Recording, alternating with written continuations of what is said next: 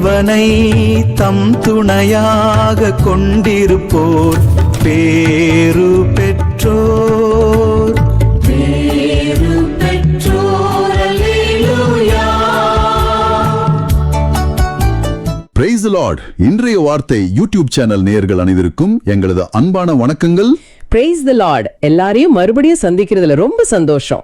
உங்களுக்கும் இந்த நிகழ்ச்சியை கேட்டுட்டு இருக்கிற ஒவ்வொரு நேயருக்கும் என்னுடைய அன்பான வாழ்த்துகள். இந்த இனிமையான கால நிலையில நேயர்கள் ஒவ்வொருவரோடும் ஆண்டவரின் அருளும் சமாதானமும் இருக்கட்டும்னு அன்பான வாழ்த்துக்களை பகிர்ந்துக்கிறேன். இன்னைக்கு நாம ஆண்டவரோட வார்த்தைகளை ஆழமா அலசி ஆராய போறோம். வழக்கம் போல நம்ம தேடல ஒரு ஜெபத்தோட ஆரம்பிக்கலாம். தந்தை, மகன், தூய ஆவியின் பெயராலே ஆமென். ஆமென். அன்பின் ஆண்டவரே, இந்த புதிய நாளுக்காகவும் நீங்க எங்களுக்கு கொடுத்திருக்கிற உயிர், மூச்சு, அப்புறம் எல்லா ஆசீர்வாதங்களுக்காகவும் உமக்கு கோடானு கோடி நன்றிகளை செலுத்துகிறோம். ஆமென். ஆண்டவரே, இன்றைய வாசகத்தின் பொருளை நாங்கள் முழுமையாக உணரவும், இன்றைய வார்த்தை யூடியூப் சேனல் வழியாக இந்த நிகழ்ச்சியை பார்க்கும் அனைத்து பார்வையாளர்களுக்கும் வாசகத்தின் வழியாக வெளிச்சம் கிடைக்கவும் மன்றாடுகிறோம். குயவன் கையில் இருக்கும் களிமண் போல எங்களை உம்மிடம் ஒப்படைக்கிறோம். இன்றைய வாசகம் எங்கள் உள்ளங்களை வடிவமைக்கட்டும். ஆமாம் ஆண்டவரே. வாசகத்தின் வழியாக வெளிச்சம் என்ற இந்த சிறப்பான கொடைக்காக உமக்கு நன்றி கூறுகிறோம் ஆண்டவரே. தினசரி திருப்பலி வாசகங்களை விளக்கும் இந்த இறைப்பணி எவ்வித தடங்களும் இல்லாமல் உம்முடைய அருளால் ஒவ்வொரு நாளும் தொடர்ந்து நடைபெற உதவி செய்யும். இதை கேட்கும் ஒவ்வொரு நேரும் விசுவாசத்திலும் அன்பிலும் பலப்பட வேண்டும். இன்றைய வார்த்தை யூடியூப் சேனல்ல இந்த நிகழ்ச்சியை பார்க்கும் அனைத்து நேயர்களுக்காகவும் நாங்க உருக்கமா ஜெபிக்கிறோம். அவங்க இந்த நிகழ்ச்சியை முழுமையா பார்க்கவும், அவங்க மேல உம்முடைய மன்னிப்பு, குணமளிக்கும் வல்லமை, இரக்கம் மற்றும் கிருபை நிறைவா இறங்கவும் மன்றாடுகிறோம். எல்லாத்துக்கும் மேல உமது அருளையும் அவங்க ஒவ்வொரு மீது நிறைவா பொழியணும்னு மன்றாடுறோம். வலையில் சேகரிக்கப்படும் நல்ல மீன்களைப் போல நாங்களும் உமது இறையாட்சிக்கு உகந்தவர்களாக மாற அருள் தாரும். உமது வார்த்தை எங்கள் கால்களுக்கு விளக்காகவும் எங்கள் பாதைக்கு ஒளியாகவும் ஒளிரட்டும். அன்னை மரியா மற்றும் புனிதர்களுக்கு எதிராக திரும்பியவர்களுக்காக நாங்க மன்றாடுகிறோம். ஆண்டவரே, அவர்கள் மீது இரக்கமாயிரும். அவர்கள் மீண்டும் இறைவனின் தாயான அன்னை மரியாவை மதிக்கும்படியாக அவர்களின் இருதயத்தை தொட்டு மனதை மாற்றியருளும். ஆமேன்.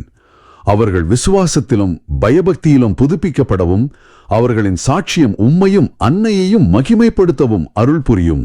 மற்றும் விசுவாசிகளுக்காகவும் சமூகங்களுக்காகவும் அவர்கள் தொடர்ந்து உண்மையுள்ளவர்களாக இருக்கவும், மனதார மனம் திரும்பவும், உமது இரக்கத்தில் களிகூறவும் ஜெபிக்கிறோம்.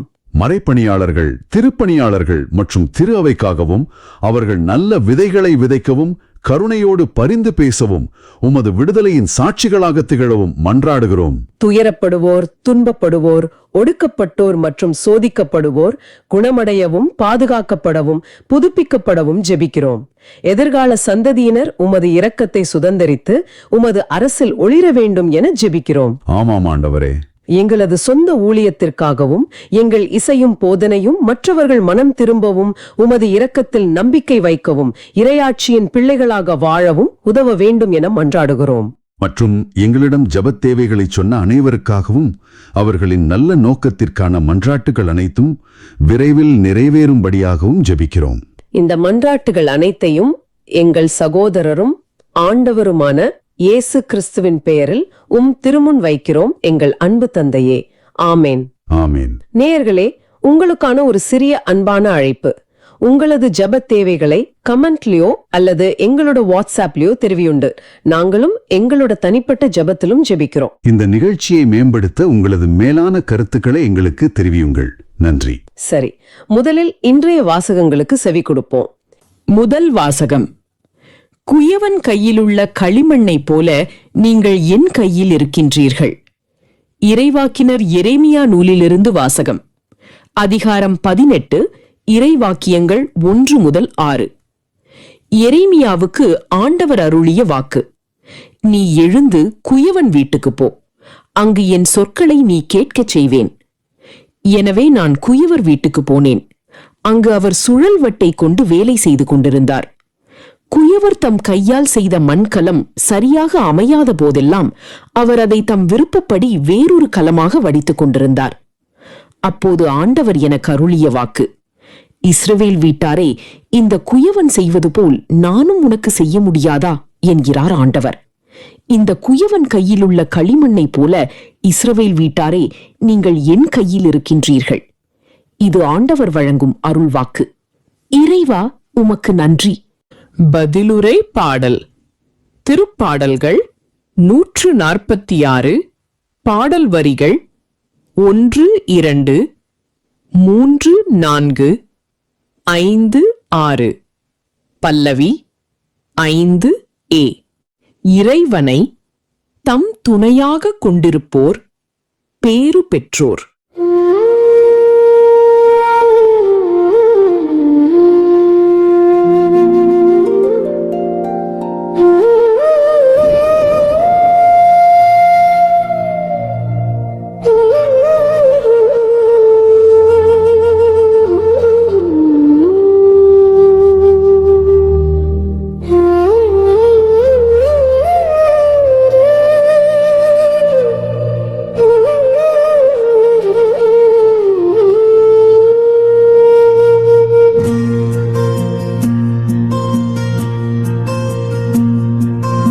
இறைவனை தம் துணையாக கொண்டிருப்போர்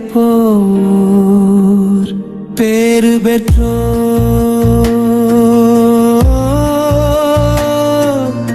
இறைவனை தம் துணையாக கொண்டிருப்போர் பேறு பெற்றோர். என் நெஞ்சே,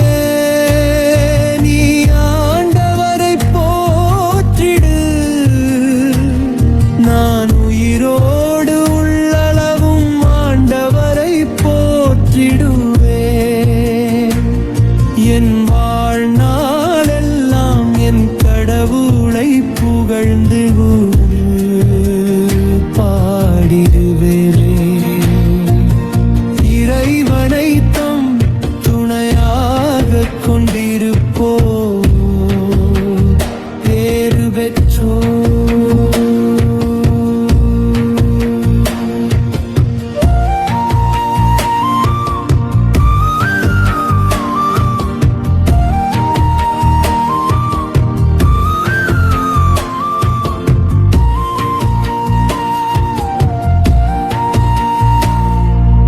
ஆட்சி தலைவர்களை நம்பாதீர்கள், உன்னை மீட்க இயலாத மானிட மக்களை நம்ப வேண்டாம். அவர்களின் நாவி பிரியும் போது தாங்கள் தோன்றிய மண்ணுக்கே அவர்கள் திரும்புவார்கள்.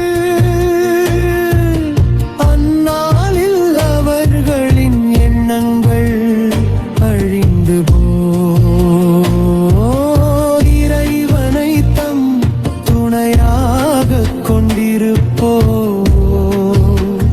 பேறு பெற்றோ.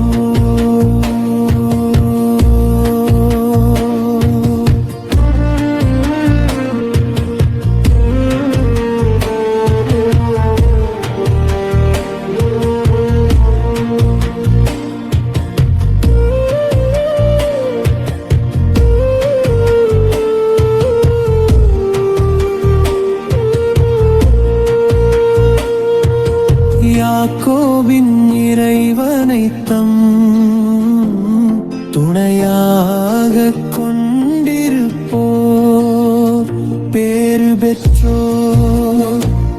தம் கடவுளாகி ஆண்டவரையே நம்பியிருப்போர் பேறு பெற்றோர்.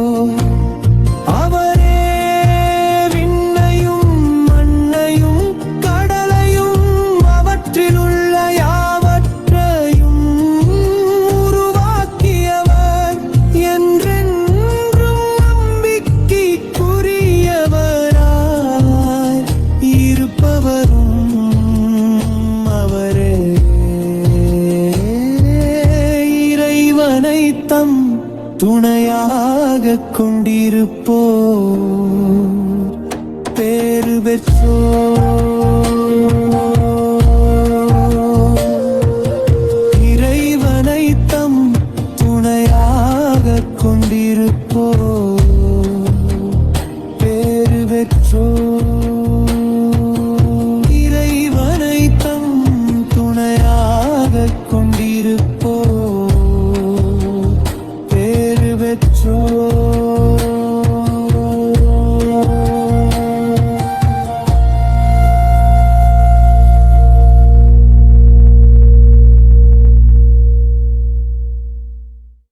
நற்செய்திக்கு முன் வாழ்த்தொலி. திருமகனின் சொற்களை எங்கள் மனத்தில் இருத்தும்படி ஆண்டவரே எங்கள் இதயத்தை திறந்தருளும்.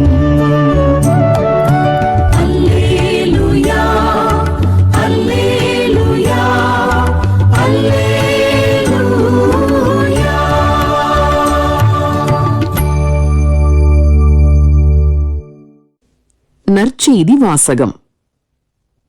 நல்லவற்றை கூடைகளில் சேர்த்து வைப்பர், கெட்டவற்றை வெளியே எறிவர். மத்தேயு எழுதிய தூய நற்செய்தியிலிருந்து வாசகம். அதிகாரம் 13, இறைவாக்கியங்கள் 47 முதல் 53. அக்காலத்தில் இயேசு மக்களை நோக்கி கூறியது: விண்ணரசு கடலில் வீசப்பட்டு எல்லா வகையான மீன்களையும் வாரிக்கொண்டு வரும் வலைக்கு ஒப்பாகும். வலை நிறைந்ததும் அதை இழுத்துக் கொண்டு போய் கரையில் உட்கார்ந்து நல்லவற்றை கூடைகளில் சேர்த்து வைப்பர், கெட்டவற்றை வெளியே எறிவர். இவ்வாறே உலக முடிவிலும் நிகழும். வானதூதர் சென்று நேர்மையாளர் இடையிலிருந்து தீயோரை பிரிப்பர், பின் அவர்களை தீச்சூளையில் தள்ளுவர். அங்கே அழுகையும் அங்கலாய்ப்பும் இருக்கும். இவற்றையெல்லாம் புரிந்து கொண்டீர்களா என்று இயேசு கேட்க, அவர்கள் ஆம் என்றார்கள். பின்பு அவர், ஆகையால் விண்ணரசு பற்றி கற்றுக்கொண்ட எல்லா மறைநூல் அறிஞரும் தம் கருவூலத்திலிருந்து புதியவற்றையும் பழையவற்றையும் வெளிக்கொணரும் வீட்டு உரிமையாளரைப் போல் இருக்கின்றனர் என்று அவர்களிடம் கூறினார். இவ்வுவமைகளை இயேசு சொல்லி முடித்த பின்பு அவ்விடத்தை விட்டுச் சென்றார்.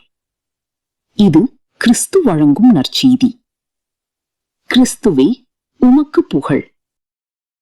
இன்னைக்கு நம்ம நேயர்கள் கிட்ட ரொம்பவே ஒரு ஆழமான விஷயத்தை பத்தி பேச போறோம்.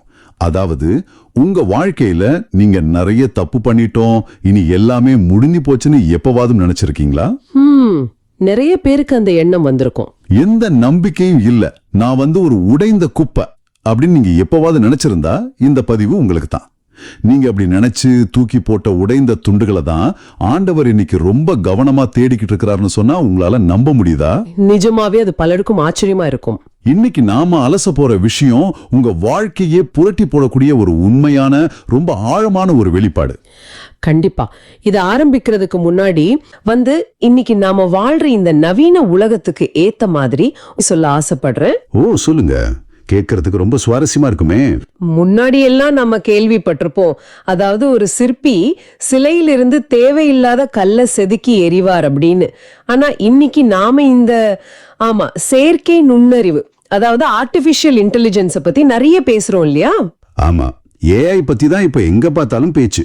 கரெக்ட். ஒரு கம்ப்யூட்டர் ப்ரோக்ராம் சரியா வேலை செய்யணும்னா அதை உருவாக்குனவர் சில அடிப்படை விதிகளை உள்ள வைப்பார். ஆனா அந்த ப்ரோக்ராம் டெய்லி வெளியில இருந்து புது புது டேட்டாவை உள்வாங்கி தான் கத்துக்குது. உண்மைதான். அது அடிப்படை விதிகளுக்கு உட்பட்டு செயல்படலனா தப்பான முடிவுகளை தரும். அதே நேரத்துல வெளியில இருந்து வர்ற குப்பை தகவல்களை எல்லாம் அதை வடிகட்டாம அப்படியே ஏத்துக்கிட்டாலும் அந்த சிஸ்டம் முழுசா பழுதாகிடும். ஆமா, அதனால தன்னை உருவாக்குன புரோகிராமர் கொடுத்த விதிகளுக்கும் தான் டெய்லி சந்திக்கிற புது தகவல்களுக்கும் நடுவுல ஒரு தெளிவான பகுத்தறிதல் அந்த ஏஐக்கு தேவைப்படுது. சரியா சொன்னீங்க. ஆண்டவர் தான் நம்மை உருவாக்குன அந்த புரோகிராமர். அவர் நம் மனசாட்சிங்கிற அடிப்படை விதிகளை நமக்குள்ள வச்சிருக்காரு. ஆமா, ஆனா நாம தினமும் உலகத்திலிருந்து எத்தனையோ தகவல்களை உள்வாங்குறோம். எக்ஸாக்ட்லி. இங்கதான் இறைவாக்கினர் எரேமியா சொல்ற குயவனோட களிமண்ணையும் மத்தேயு நற்செய்தியில வர்ற மீனவரோட வலையையும் நாம இணைத்து பார்க்க போறோம்.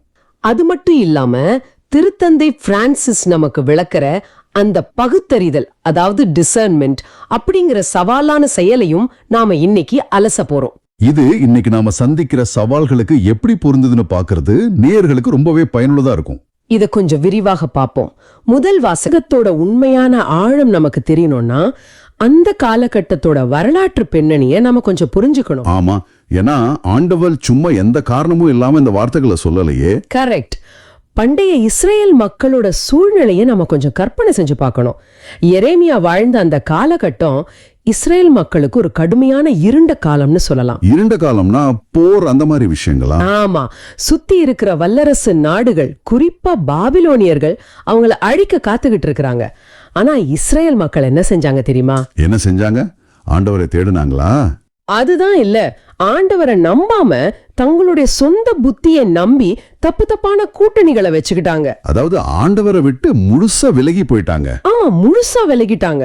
சிலை வழிபாடு, அநீதி, ஏழைகளை ஒடுக்குறதுன்னு ஆண்டவருக்கு பிடிக்காத எல்லா காரியங்களும் செஞ்சாங்க. கேட்கவே ரொம்ப வேதனையா இருக்கு. ஆண்டவர் எத்தனையோ இறைவாக்கினர்களை அனுப்பி மனம் திரும்புங்க, என்கிட்ட திரும்பி வாங்க அப்படின்னு வார்த்தைகளால தொடர்ந்து எச்சரிச்சுக்கிட்டே இருந்தாரு. ஆனா அவங்க கேட்டிருப்பாங்களா என்ன? கேட்கல. அந்த மக்கள் எங்களுக்கு எல்லாம் தெரியும், நாங்க பாத்துக்கிறோம் அப்படிங்கிற ஒரு கடுமையான பிடிவாதத்துல இருந்தாங்க. ஆண்டவரோட வார்த்தைகள் அவங்க காதுகள்ல விழவே இல்லை. ஓகே, இப்போ எனக்கு புரியுது. மக்கள் ஆண்டவரோட வார்த்தைகளை கேட்டு பழகிட்டாங்க, அது அவங்களுக்கு மறந்து போச்சு இல்லையா? கரெக்ட். அந்த வார்த்தைகளுக்கு அவங்க மதிப்பு கொடுக்கல. அதனால வெறும் வார்த்தை இதழால் சொல்லி குத்தி காட்டுறதை விட கண்ணால பார்த்து புரிஞ்சுக்க கூடிய ஒரு செயல்முறை விளக்கம் தேவைப்பட்டுச்சு. ரொம்ப சரியான ஒரு பார்வை. அதனாலதான் ஆண்டவர் வானத்திலிருந்து ஒரு பெரிய இடி முழக்கத்தோட மீண்டும் ஒரு அறிவுரையை வழங்கல. மாறாக, நீ எழுந்து குயவன் வீட்டுக்கு போ, அங்கு என் சொற்களை நீ கேட்கச் செய்வேன் அப்படின்னு எரேமியாவை நேரில் அனுப்பி வைக்கிறாரு. அந்த காட்சி எவ்வளவு தத்ரூபமா இருந்திருக்கும். கண்டிப்பா.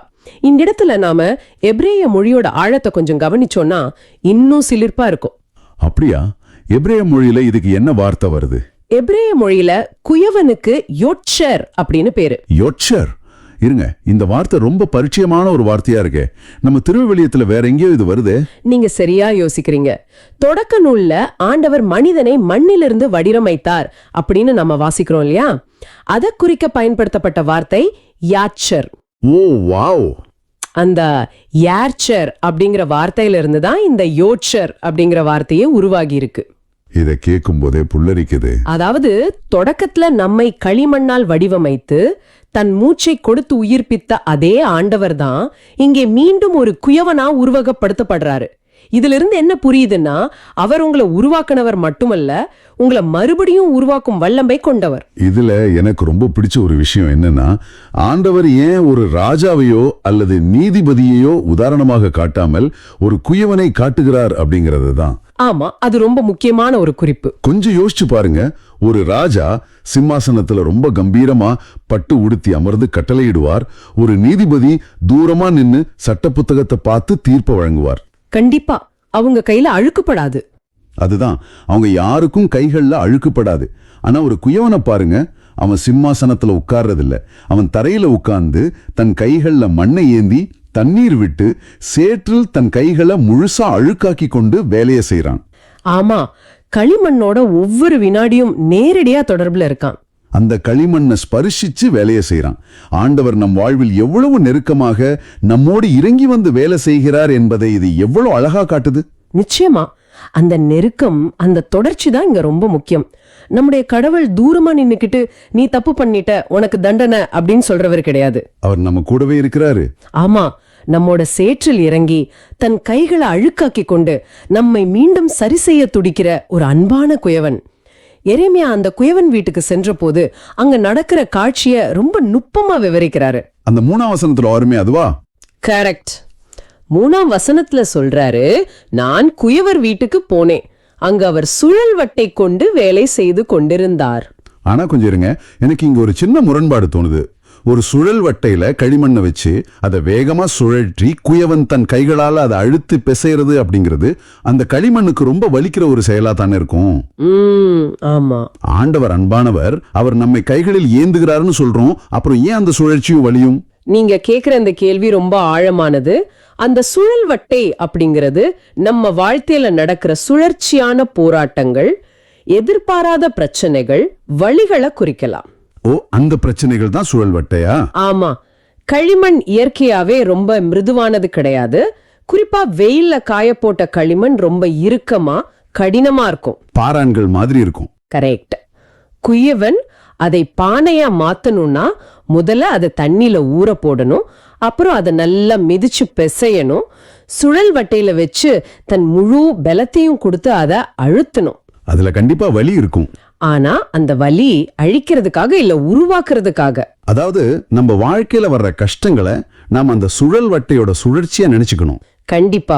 அது நம்ம காயப்படுத்துறதுக்காக இல்ல, நம்ம கொஞ்சம் கொஞ்சமா ஒரு அழகான வடிவத்துக்கு கொண்டு வரதுக்காக ஆண்டவர் அனுமதிக்கிற ஒரு செயல்முறை. சரியா சொன்னீங்க. இந்த செயல்முறையில பாத்தீங்கன்னா குயவன் அந்த களிமண்ணுக்குள்ள இருக்கிற சிறு கற்களை தன் விரல்களால எடுத்து வீசுவார். சிறு கற்களா? அது ஏன்? அந்த சிறு கற்கள் தான் நம்ம வாழ்க்கையில் இருக்கிற பிடிவாதங்கள், நாம விட மறுக்கிற சில பாவங்கள், பெருமைகள். இந்த கற்கள் களிமண்ணுக்குள்ள இருந்தா பானை செஞ்சு நெருப்புல சுடும்போது அது வெடிச்சு சிதறிடும். ஓ, அந்த பானையே வீணாயிடும். ஆமா, அதனாலதான் குயவன் முன்னாடியே அந்த முரட்டுத்தனத்தை, இந்த கற்களை எடுத்து எறிகிறாரு. அது நமக்கு வலியை தந்தாலும் அது நம்மை காப்பாற்றுவதற்கான ஒரு வழி. இந்த இடத்துல தான் 4ஆம் வசனத்துல வர்ற ஒரு குறிப்பிட்ட வரியை நான் ரொம்ப ஆழமா வலியுறுத்த விரும்புறேன். சொல்லுங்க. குயவர்த்தம் கையால் செய்த மண்கலம் சரியாக அமையாத போதெல்லாம், இது கொஞ்சம் உற்று கவனிங்க, களிமண் சரியா அமையல. ஒருவேளை அது சுழலும் போது கோணால் ஆயிடுச்சு, இல்ல அதோட வடிவம் சிதைஞ்சிடுச்சு. அப்போ குயவன் என்ன செய்யறாரு? இன்னைக்கு இருக்கிற நம்ம உலகமா இருந்தா ஒரு பொருள் உடஞ்சிடுச்சுனாலோ தப்பாயிடுச்சுனாலோ உடனே இது சரிப்பட்டு வராது அப்படின்னு சொல்லி அதை தூக்கி குப்பையில வீசிடுவோம். கண்டிப்பா. இன்னைக்கு எல்லாமே யூஸ் அண்ட் த்ரோ தான். இது ஒரு கேன்சல் கல்ச்சர் உலகம். ஒருத்தர் தப்பு பண்ணிட்டா உடனே அவங்கள ஒதுக்கிடுறோம். ஆனா அந்த குயவன் அப்படி செய்யலையே. செய்யல. அதுதான் இங்க நாம கவனிக்க வேண்டிய மிகப்பெரிய ஆழமான பார்வை. குயவன் என்ன செய்யறார்னா, அவர் அதை தம் விருப்பப்படி வேறொரு கலமாக வடித்து கொண்டிருந்தார் அப்படின்னு வாசிக்கிறோம். வாவ், வேறொரு கலமாக? ஆமா, களிமண் சரியா வரலனா குயவன் தன் கையை அந்த களிமண் மேல இருந்து எடுக்கவே மாட்டாரு. அதை மீண்டும் தட்டி ஒரு முண்டமாக்கி மறுபடியும் சுழல விட்டு ஒரு புது வடிவத்தை கொண்டு வருவார். இது ஆண்டவரோட எல்லையெல்லாம் பொறுமையை காட்டுது. நீங்க எத்தனை முறை உடைஞ்சாலும் அவர் உங்களை தூக்கி எறிவதில்லை. பரவாயில்ல, திரும்பவும் முதலிருந்து ஆரம்பிப்போம் அப்படின்னு சொல்லி உங்களை மறுபடியும் தன் கைகளிலே எடுத்துக்கிறாரு. இத கேட்கும் போதே மனசுக்கு அவ்வளவு ஆறுதலா இருக்கு. கண்டிப்பா. இப்போ 5 மற்றும் 6வது வசனங்களுக்கு வருவோம். அப்போது ஆண்டவர் எனக்கு அருளிய வாக்கு, இஸ்ரவேல் வீட்டாரே, இந்த குயவன் செய்வது போல் நானும் உனக்கு செய்ய முடியாதா என்கிறார் ஆண்டவர். இந்த குயவன் கையில் உள்ள களிமண்ணை போல இஸ்ரவேல் வீட்டாரே, நீங்கள் என் கையில் இருக்கின்றீர்கள். ரொம்ப அற்புதமான வசனங்கள். இதை படிக்கும்போது இது ஏதோ 2600 வருஷங்களுக்கு முன்னாடி வாழ்ந்த இஸ்ரேல் மக்களுக்கு மட்டும் சொன்னதா எனக்கு தோணல. நிச்சயமா இல்ல.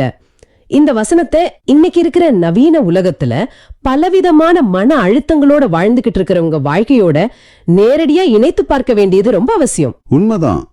இன்னைக்கு நாம சந்திக்கிற சவால்கள் வேற மாதிரி இருக்கலாம். ஆனா நம்ம மனநிலை அந்த பண்டைய இஸ்ரேல் மக்களை போலதான் சில நேரங்கள்ல இருக்கு. ஆமா, இன்னைக்கு இருக்கிற சூழல்ல பல நேரங்கள்ல என் வாழ்க்கை முடிந்து விட்டது, நான் என் வாழ்க்கையில பண்ணக்கூடாத பல தவறுகளை செய்துவிட்டேன், நான் ஒரு உடைந்த களம், என்னால இனிமேல் யாருக்கும் எந்த பயனும் இல்ல அப்படின்னு மனமுடைந்து போறவங்க ஏராளம். ஏன்னா உலகம் அவங்களுக்கு அப்படி ஒரு முத்திரையை குத்திடுது. ஒரு சின்ன தொழில்ல நஷ்டம் வந்தாலோ இல்ல உறவுகள்ல விரிசல் விழுந்தாலோ வாழ்க்கையே இருந்து போன மாதிரி நினைக்கிறாங்க. அதுக்கு இன்னொரு முக்கிய காரணமும் இருக்கு. இன்றைய சமூக வலைத்தளங்களும் இந்த நவீன உலகமும் உங்ககிட்ட எப்பவுமே பெர்ஃபெக்ட்டா இருக்க வேணும் அப்படின்னு ஒரு மிகப்பெரிய அழுத்தத்தை கொடுக்குது. ஆமா, அந்த சோஷியல் மீடியா பிரஷர் ரொம்ப அதிகம் இப்போ. நீங்க பாக்குற இன்ஸ்டாகிராம், ஃபேஸ்புக் எல்லாத்துலயும் எல்லாரும் ரொம்ப சந்தோஷமா தப்பில்லாத வாழ்க்கை வாழ்ற மாதிரி ஒரு மாயையே உருவாக்குது. அவங்க போடுற அந்த ஃபில்டர் பண்ணப்பட்ட புகைப்படங்களை பார்த்துட்டு நம்ம வாழ்க்கையில இருக்கிற குறைகளை நினைச்சு நம்மளே குப்பையா தகுதியற்றவங்களா நினைச்சுக்கிறோம். இங்கே தான் இந்த விஷயம் ரொம்ப சுவாரஸ்யமா மாறுது. இதை கொஞ்சம் ஆழமா கவனிங்க நேயர்களே. இந்த உலகம் உங்ககிட்ட பெர்ஃபெக்ட்டா இருக்கணும்னு எதிர்பார்க்கலாம், எந்த குறையும் இல்லாத ஒரு வாழ்க்கையை வாழணும்னு சட்டம் போடலாம். ஆனா ஆண்டவர் அப்படி இல்ல. அதான், ஆண்டவர் உங்ககிட்ட பெர்ஃபெக்ட்டா இருக்க சொல்லவே இல்லை. திருவிவிலியத்துல எந்த இடத்துலயும் நீ எந்த குறையும் இல்லாத சுத்தமான களிமண்ணா இருந்தாதான் நான் உன்னை தொடுவேன் அப்படின்னு அவர் சொல்லவே இல்லை. கரெக்ட். அவர் உங்கள்கிட்ட எதிர்பார்ப்பது ஒன்றே ஒன்றுதான், களிமண் போல மென்மையாக நெகிழ்வுத்தன்மையோடு அவர் கைகளில் உங்களை ஒப்புக் கொடுக்க மட்டுமே சொல்கிறார். உங்கள் குறைகளோடு, உங்கள் காயங்களோடு, உங்கள் பலவீனங்களோடு உங்களை அவர் கைகளில் கொடுத்தால் போதும், அவர் உங்களை ஒரு புதிய படைப்பாக மாற்றுவார். அதான் உண்மையான ஆன்மீகம். இது ஒரு பெரிய பிக்சரோட கனெக்ட் பண்ணி பார்த்தோம்னா நாம இப்ப ஒரு நேர்மையான கேள்வியை நமக்குள்ள கேட்டுக்கணும். என்ன கேள்வி? நாம் ஆண்டவரின் கைகளில் நெகிழ்வுத்தன்மையோடு இருக்கிறோமா? அதாவது களிமண் போல அவர் விரும்புகிறபடி வளைந்து கொடுக்கிற தன்மையோடு இருக்கிறோமா? அல்லது நம் பிடிவாதத்தால் சுயநலத்தால் இறுகி போய் கல்லை போல இருக்கிறோமா? இது ரொம்ப முக்கியமான கேள்வி. நீங்க சொல்றத பார்த்தா அந்த நிகழ்வு தன்மை அப்படிங்கிறது நம்மளோட மனத்தாழ்மையை குறிக்குது இல்லையா? நான் கல்ல போல இருந்தா என்ன ஆகும்? குயவன் கைகள்ல ஒரு கல்லை வச்சா என்ன நடக்கும்? குயவனால களிமண்ணை தான் பிசைஞ்சு உருவம் கொடுக்க முடியும். ஒரு கல்ல அவர் சுழல்வட்டையில வச்சா அது எந்த உருவமும் வராது. மாறாக அது குயவனோட கையையும் காயப்படுத்தும். ஓ, அந்த கல்லு குயவனையே காயப்படுத்துமா? ஆமா, நம்முடைய பிடிவாதம், நான் சொல்றதுதான் சரி, என் வாழ்க்கை ஏன் இஷ்டப்படிதான் நடக்கணும், நான் மாற மாட்டேன் அப்படிங்கிற அந்த இறுக்கம் நம்மை கல்லத்தோல மாத்திடுது. களிமண் தன் பழைய வடிவத்தை இழக்க சம்மதித்தாதான் புதிய கலமா முடியும். அது உண்மை. பழைய களிமண் கட்டி ஐயோ ஏன் உருவம் போகுதே, என்ன ஏன் இப்படி நசுக்குறீங்க அப்படின்னு அழுதா அதால ஒரு அழகான குவளையா மாறவே முடியாது. பழையத, அதாவது நம்முடைய பழைய பாவ இயல்புகளை இழக்க நாம தயாராகணும். அது கொஞ்சம் பயமாத்தான் இருக்கும். தப்புன்னு தெரிஞ்ச பிறகும் நம்ம பல நேரங்கள்ல இந்த பழைய காயங்களையே புடிச்சு தொங்கிட்டு இருக்கோம். ஆண்டவரோட கைகள்ல நம்ம முழுமையா நெகிழ்வுத்தன்மையோடு ஒப்பு கொடுக்கும்போது அவர் நம்மை நாம் நினைத்து பார்க்க முடியாத அளவுக்கு உயர்த்துவார் அப்படிங்கறத இந்த வாசகம் ரொம்ப தெளிவா ஒரு நம்பிக்கையோட காட்டுது. அதே போல களிமண்ண அந்த குயவன் சுழல்வட்டையில வைக்கும்போது அதுல எந்த பகுதியை கீழே வைக்கணும், எந்த பகுதியை மேல கொண்டு வரணும், எந்த இடத்துல அழுத்தணும்னு குயவனுக்கு மட்டும்தான் தெரியும். நம்ம வாழ்க்கையிலையும் ஆண்டவர் சில நேரங்கள்ல நம்ம தாழ்த்துற மாதிரி தோணும், நமக்கு ஒண்ணுமே புரியாது. ஆனா அது ஒரு வலிமையான அடித்தளத்தை உருவாக்குறதுக்காகத்தான் அப்படிங்கறத நம்ம உணரணும். குயவன் கையில இருக்கிற களிமண்ணுக்கு அந்த குயவனோட முழு திட்டமும் தெரியாது. ஆனா குயவன் மேல அதுக்கு நம்பிக்கை இருக்கணும். ரொம்ப உண்மையான வார்த்தைகள். அந்த சுழல்வட்டையில சுழலும் போது களிமண்ணுக்கு வலிக்குமா பயமா இருக்குமான்னு நமக்கு தெரியாது. அதுக்கு இருட்டா தெரியலாம், எல்லாமே வேகமா ஓடுற மாதிரி இருக்கலாம். ஆனா அந்த சுழற்சி நின்ற பிறகுதான் அதோட முழு அழகும் வெளிப்படும். கண்டிப்பா களிமண் ஒருபோதும் குயவனை பார்த்து என்னையே இப்படி உருவாக்குன அப்படின்னு கேட்க முடியாது. ஏன்னா குயவனுக்கு தெரியும் அந்த பானை எதற்காக பயன்படுத்தப்பட போகுதுன்னு. சில பானைகள் தண்ணீர் வைக்க பயன்படும், சில பானைகள் விலைமதிப்பற்ற எண்ணெயை வைக்க பயன்படும். ஆண்டவர் உங்களுக்காக வச்சிருக்கிற திட்டம் தனித்துவமானது. சில நேரங்களில் உங்கள் வாழ்க்கை மிகவும் வேகமா சுழல்வது போலவும் உங்களுக்கு தலை சுற்றுவது போலவும் தோன்றலாம். ஏன் இவ்வளோ பிரச்சனைகள் ஒரே நேரத்துல வருது? என் வாழ்க்கையே ஒரு சூறாவளி மாதிரி சுழலுதே, எந்த பக்கம் போறோன்னு எனக்கே தெரியலையே அப்படின்னு நீங்க குழம்பி போய் நிக்கலாம். ஒருவேளை நீங்கள் ஆண்டவரின் சுழல்வட்டையில் இருக்கிறீர்கள் என்பதுதான் அதற்கு காரணமோ? ரொம்ப ஆழமான சிந்தனை. அந்த சுழற்சியை கண்டு பயப்பட வேண்டாம். உங்களை பிடித்து கொண்டிருக்கும் அந்த குயவனின் கைகளை நம்ப நீங்கள் தயாரா? நீங்கள் உடைந்திருந்தாலும் சரி, வடிவம் மாறியிருந்தாலும் சரி, அவர் உங்களை தூக்கி எறிய மாட்டார். உங்களுக்காக அவர் கைகள் எப்பவும் காத்துக்கிட்டு இருக்கு. இதை பற்றி இன்று கொஞ்சம் சிந்தித்து பாருங்கள். நிச்சயமா சிந்திக்க வேண்டிய, நம்மை நாமே சீர்தூக்கி பார்க்க வேண்டிய ஒரு விஷயம் இது. சரி, குயவன் நம்ம உள்ள இருக்கிற குறைகளை சரி செய்யறத பத்தி பார்த்தோம். ஆனா இந்த குறைகள் நமக்குள்ள இருந்து மட்டும் வர்றதில்லையே. வேற எங்க இருந்து வருதுன்னு நினைக்கிறீங்க? நம்மளை சுத்தி இருக்கிற இந்த உலகத்துல இருந்தும் நிறைய தாக்கங்கள் வருது. அதை எப்படி கையாள்றது? எனக்கு தெரிஞ்சு நற்செய்தியில வர்ற அந்த வலை ஓமே இங்கதான் உள்ள வருதுன்னு நினைக்கிறேன். அந்த கனெக்ஷன் ரொம்ப சரியானது. அதுக்கு முன்னாடி ஆமா, இந்த திருப்பாடலோட முதல் 2 வசனங்களை நீங்க வாசிச்சு பாத்தீங்கன்னா, ஒரு மனிதன் மனிதர்களை நம்புறதை விட்டுட்டு ஆண்டவரை மட்டுமே முழுமையா உணரும் போது அவனுடைய நெஞ்சம் எப்படி தானாகவே துள்ளி குதிச்சு புகழும் அப்படிங்கிறது புரியும். என் நெஞ்சே, நீ ஆண்டவரை போற்றிடு, நான் உயிரோடு உள்ளளவும் ஆண்டவரை போற்றிடுவேன், என் வாழ்நாள் எல்லாம் என் கடவுளை புகழ்ந்து பாடுவேன் அப்படின்னு அந்த வரிகள் விரியுது. இந்த வரிகளை நாம சும்மா மேலோட்டமா வாசிச்சோம்னா ஏதோ எல்லாமே சுமூகமா நடக்கிற ஒரு மகிழ்ச்சியான தருணத்துல எழுதப்பட்டது போல தோணும். ஆனா பாருங்க, இதன் பின்னாடி உள்ள வரலாற்று உண்மைய, அதாவது இது எழுதப்பட்ட சூழலை நாம உற்று நோக்கினோம்னா இந்த வார்த்தைகளுக்கு பின்னாடி இருக்கிற வலிமை நாம பிரமிக்க வைக்கும். ஓ, இதுக்கு பின்னாடி ஒரு பெரிய வரலாறு இருக்கா? கண்டிப்பா இருக்கு. இந்த திருப்பாடல் இஸ்ரேல் மக்கள் பாபிலோனியா அடிமைத்தனத்திலிருந்து விடுவிக்கப்பட்டு தங்கள் சொந்த ஊரான எருசலேமுக்கு திரும்பிய காலகட்டத்துல எழுதப்பட்ட ஒரு பாடல். இதை புரிஞ்சுக்க நாம சற்று அந்த வரலாற்றுக்குள் போகணும். சரி, சொல்லுங்க, என்ன நடந்துச்சு அப்போ? பாபிலோன் அப்படிங்கிறது அன்றைய உலகத்தோட ஒரு பெரிய சூப்பர் பவர். விண்ணை முற்ற கோபுரங்கள், பிரம்மாண்டமான தொங்கும் தோட்டங்கள், அசைக்க முடியாத ராணுவம்னு அந்த பேரரசு ஒருபோதும் வீழாதுன்னு தான் ஒட்டுமொத்த உலகமும் நினைச்சிருந்துச்சு.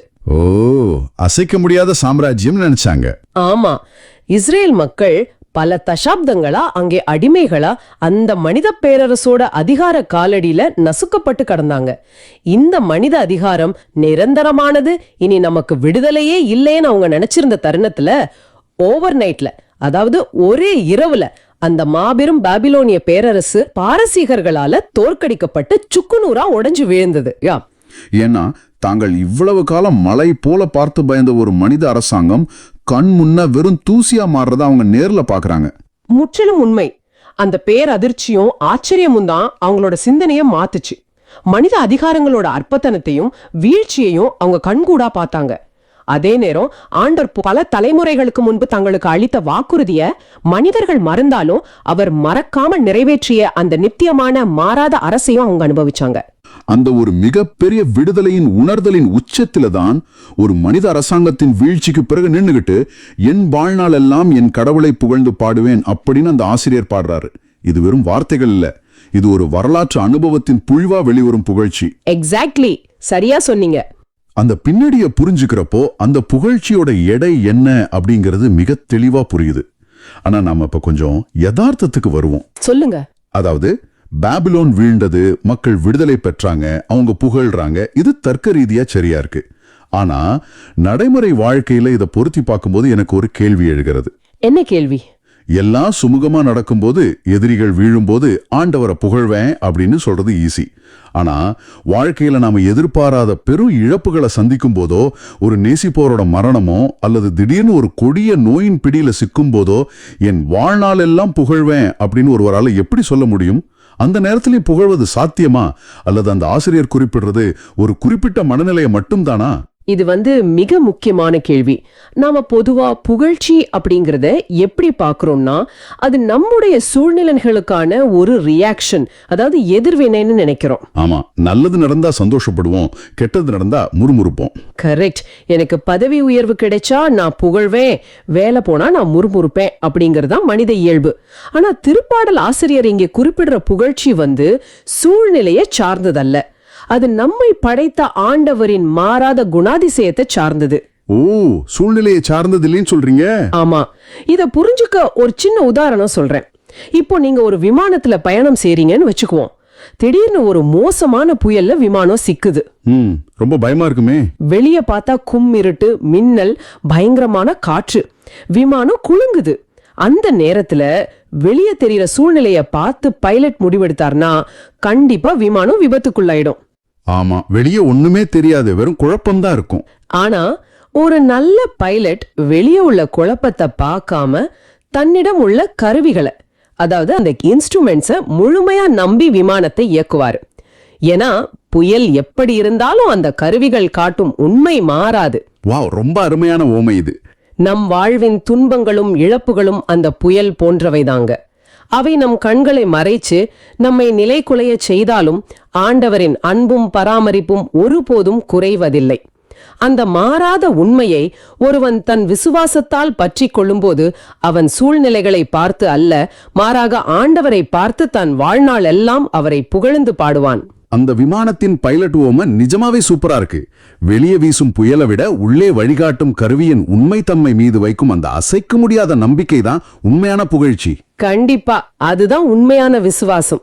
இந்த மாறாத தன்மையை நாம புரிஞ்சுக்கிறப்போதான் அடுத்த வசனங்களான 3 மற்றும் 4 வரும் எச்சரிக்கை எவ்வளவு கூர்மையானது அப்படிங்கிறது நமக்கு விளங்கும். சூழ்நிலைகள் குழப்பமா இருக்கும்போது நாம எதையாவது பற்றி கொள்ள துடிப்போம் இல்லையா? ஆமா, யாரையாவது நம்புவோம். கரெக்ட். அப்படி நாம பற்றிக்கொள்ள நினைக்கும் மனிதர்களை குறித்து தான் இந்த வசனங்கள் பேசுது. ஆட்சி தலைவர்களை நம்பாதீர்கள், உன்னை மீட்க இயலாத மானிட மக்களை நம்ப வேண்டாம். அவர்களின் ஆவி பிரியும் போது தாங்கள் தோன்றிய மண்ணுக்கு அவர்கள் திரும்புவார்கள். அந்நாளில் அவர்களின் எண்ணங்கள் அழிந்து போம். இது ஒரு மிக கடுமையான எச்சரிக்கையா தெரியுதே. கடுமையான எச்சரிக்கை மட்டுமல்ல, இது மனித இயல்பின் மீது வீசப்படும் ஒரு மிகப்பெரிய வெளிச்சம்னு சொல்லலாம். இது நாம இன்னும் கூர்ந்து கவனிக்கணும். இதனுடைய மூல மொழியான எபிரேய மொழியில பார்த்தோம்னா இந்த வசனத்தோட ஆழம் நம்ம அதிர வைக்கும். எபிரேய மொழியில என்ன சொல்லியிருக்காங்க? இங்கே மானிட மக்களே அப்படின்னு சொல்லும்போது அது அடிப்படையிலே மனிதன் எப்படி உருவாக்கப்பட்டான் அப்படிங்கறத துல்லியமா நினைவூட்டுது. தொடக்க நூல்ல நாம வாசிக்கிறோம் மனிதன் மண்ணால் உருவாக்கப்பட்டான்னு. எபிரேய மொழியில ஆதாம் அப்படின்னா மனிதன், அதாமா அப்படின்னா மண். ஓ, ஆதாம் அதாமா, ஆமா, ரெண்டும் ஒரே மாதிரி இருக்கு. மனிதன் என்பவன் அடிப்படையில வெறும் மண்ணிலிருந்து வந்தவன்தான். அவனுக்குள் இருப்பது ஆண்டவர் ஊதிய சுவாசம் அல்லது ஆவி. அதை எபிரேயத்துல ரூவாக்னு சொல்வாங்க. அந்த மூச்சு அவனுக்குள் இருக்கும் வரைதான் அவன் மனிதன். அவனுக்கு அதிகாரம் இருக்கு, அவன் திட்டங்கள் போடுறான், சாம்ராஜ்யங்களை உருவாக்குறான். ஆனா அந்த மூச்சு நின்னுட்டா? அதுதான் பாயிண்ட். அந்த மூச்சு பிரியும் அந்த வினாடியில அவன் மீண்டும் அந்த அதாமாவுக்கே, அதாவது மண்ணுக்கே திரும்பி விடுறான். ஒரு மாபெரும் சக்கரவர்த்தியா இருந்தாலும் சரி, அவனுடைய மூச்சு நின்னுட்டா அவனுடைய திட்டங்கள், அவனுடைய எண்ணங்கள், அவனுடைய அதிகாரங்கள் அனைத்தும் அன்றே அந்த நொடியே அழிந்து போகும். எவ்வளவு பெரிய உண்மை இது! அப்படிப்பட்ட ஒரு நிலையற்ற சுவாசம் மட்டுமே மூலதனமாக கொண்ட மண்ணாலான மனிதனை நம்பி எப்படி உங்களோட வாழ்க்கையின் ஒட்டுமொத்த பொறுப்பையும் ஒப்படைக்க முடியும் அப்படின்னு ஆசிரியர் மிக நியாயமாக கேட்கிறாரு. இதை இன்றைய காலத்தோட ஒப்பிட்டு பார்த்தோம்னா நாம எவ்வளவு பெரிய முட்டாள்தனத்தை செய்துகிட்டு இருக்கோம் அப்படிங்கிறது புரியும். மனிதர்களுக்கு தங்களோட லெகசி, அதாவது தங்களின் மரபையும் பெயரையும் விட்டு செல்வதில் எவ்வளவு பெரிய ஆசை இருக்கு. ஆமா, பெரிய பெரிய பில்டிங் கட்டுறாங்க. ஆமாங்க, தங்களின் பெயர்ல கட்டிடங்களை கட்டுறாங்க, சிலைகளை எழுப்புறாங்க, தங்கள் எண்ணங்கள் என்றென்றும் வாழணும்னு நினைக்கிறாங்க. ஆனா ஆவி பிரியும் போது அவர்களின் எண்ணங்கள் அன்றே அழிந்து போம் அப்படிங்கிற ஒற்றை வரியில மனிதனுடைய அத்தனை கர்வமும் உடைத்தெறியப்படுது. உண்மைதான். இது நம்முடைய நேயர்களோட வாழ்வோடு பொருத்தி பார்த்தோம்னா இன்னைக்கு நாம எந்தெந்த ஆட்சி தலைவர்களை நம்பி நம்முடைய எதிர்காலத்தை அடகு வைக்கிறோம். இங்கே ஆட்சி தலைவர்கள் அப்படிங்கிறது வெறும் அரசியல்வாதிகளை மட்டும் குறிக்கல. வேற யாரையெல்லாம் குறிக்குது? நம்முடைய வேலை வாய்ப்பை, நம்முடைய ப்ரொமோஷனை நிர்ணயிக்கும் நம்ம அலுவலக மேலாளர்கள், சமூகத்துல செல்வாக்கு மிக்க மனிதர்கள், அல்லது அரசாங்கத்துல உள்ள பெரும் புள்ளிகள், பெரும் செல்வந்தர்கள் ஆகிய அனைவரையும் தான் இது குறிக்குது. அவங்கள நம்புறது மணல் மேல் வீடு கட்டுவதற்கு சமம். ஆமா, அவங்கள நம்பினாதான் நம் வாழ்க்கை பாதுகாப்பா இருக்கும்னு நாம ஒரு மாயையான உலகத்துல வாழ்ந்துகிட்டு இருக்கோம். அந்த மாந்தையை உடைக்க சின்ன ஓமைய சொல்லலாம்னு நினைக்கிறேன். இந்த மனிதர்களை, அதிகாரிகளை நம்பி நம் வாழ்க்கையை ஒப்படைக்கிறது அப்படிங்கிறது ஒரு அடர்ந்த யாருமற்ற காற்றுக்குள் பயணம் செய்யும் போது உங்கள் மொபைல் போன்ல உள்ள GPS வழிகாட்டியை மட்டுமே முழுமையாக நம்பி பயணிப்பதற்கு சமம். ஓ, ஜிபிஎஸ்ஸா? நல்லா இருக்கே. ஆமா, அந்த ஜிபிஎஸ்க்கு சிக்னல் இருக்கும் வரைக்கும் நீங்க மிகவும் பாதுகாப்பா உணர்வீங்க.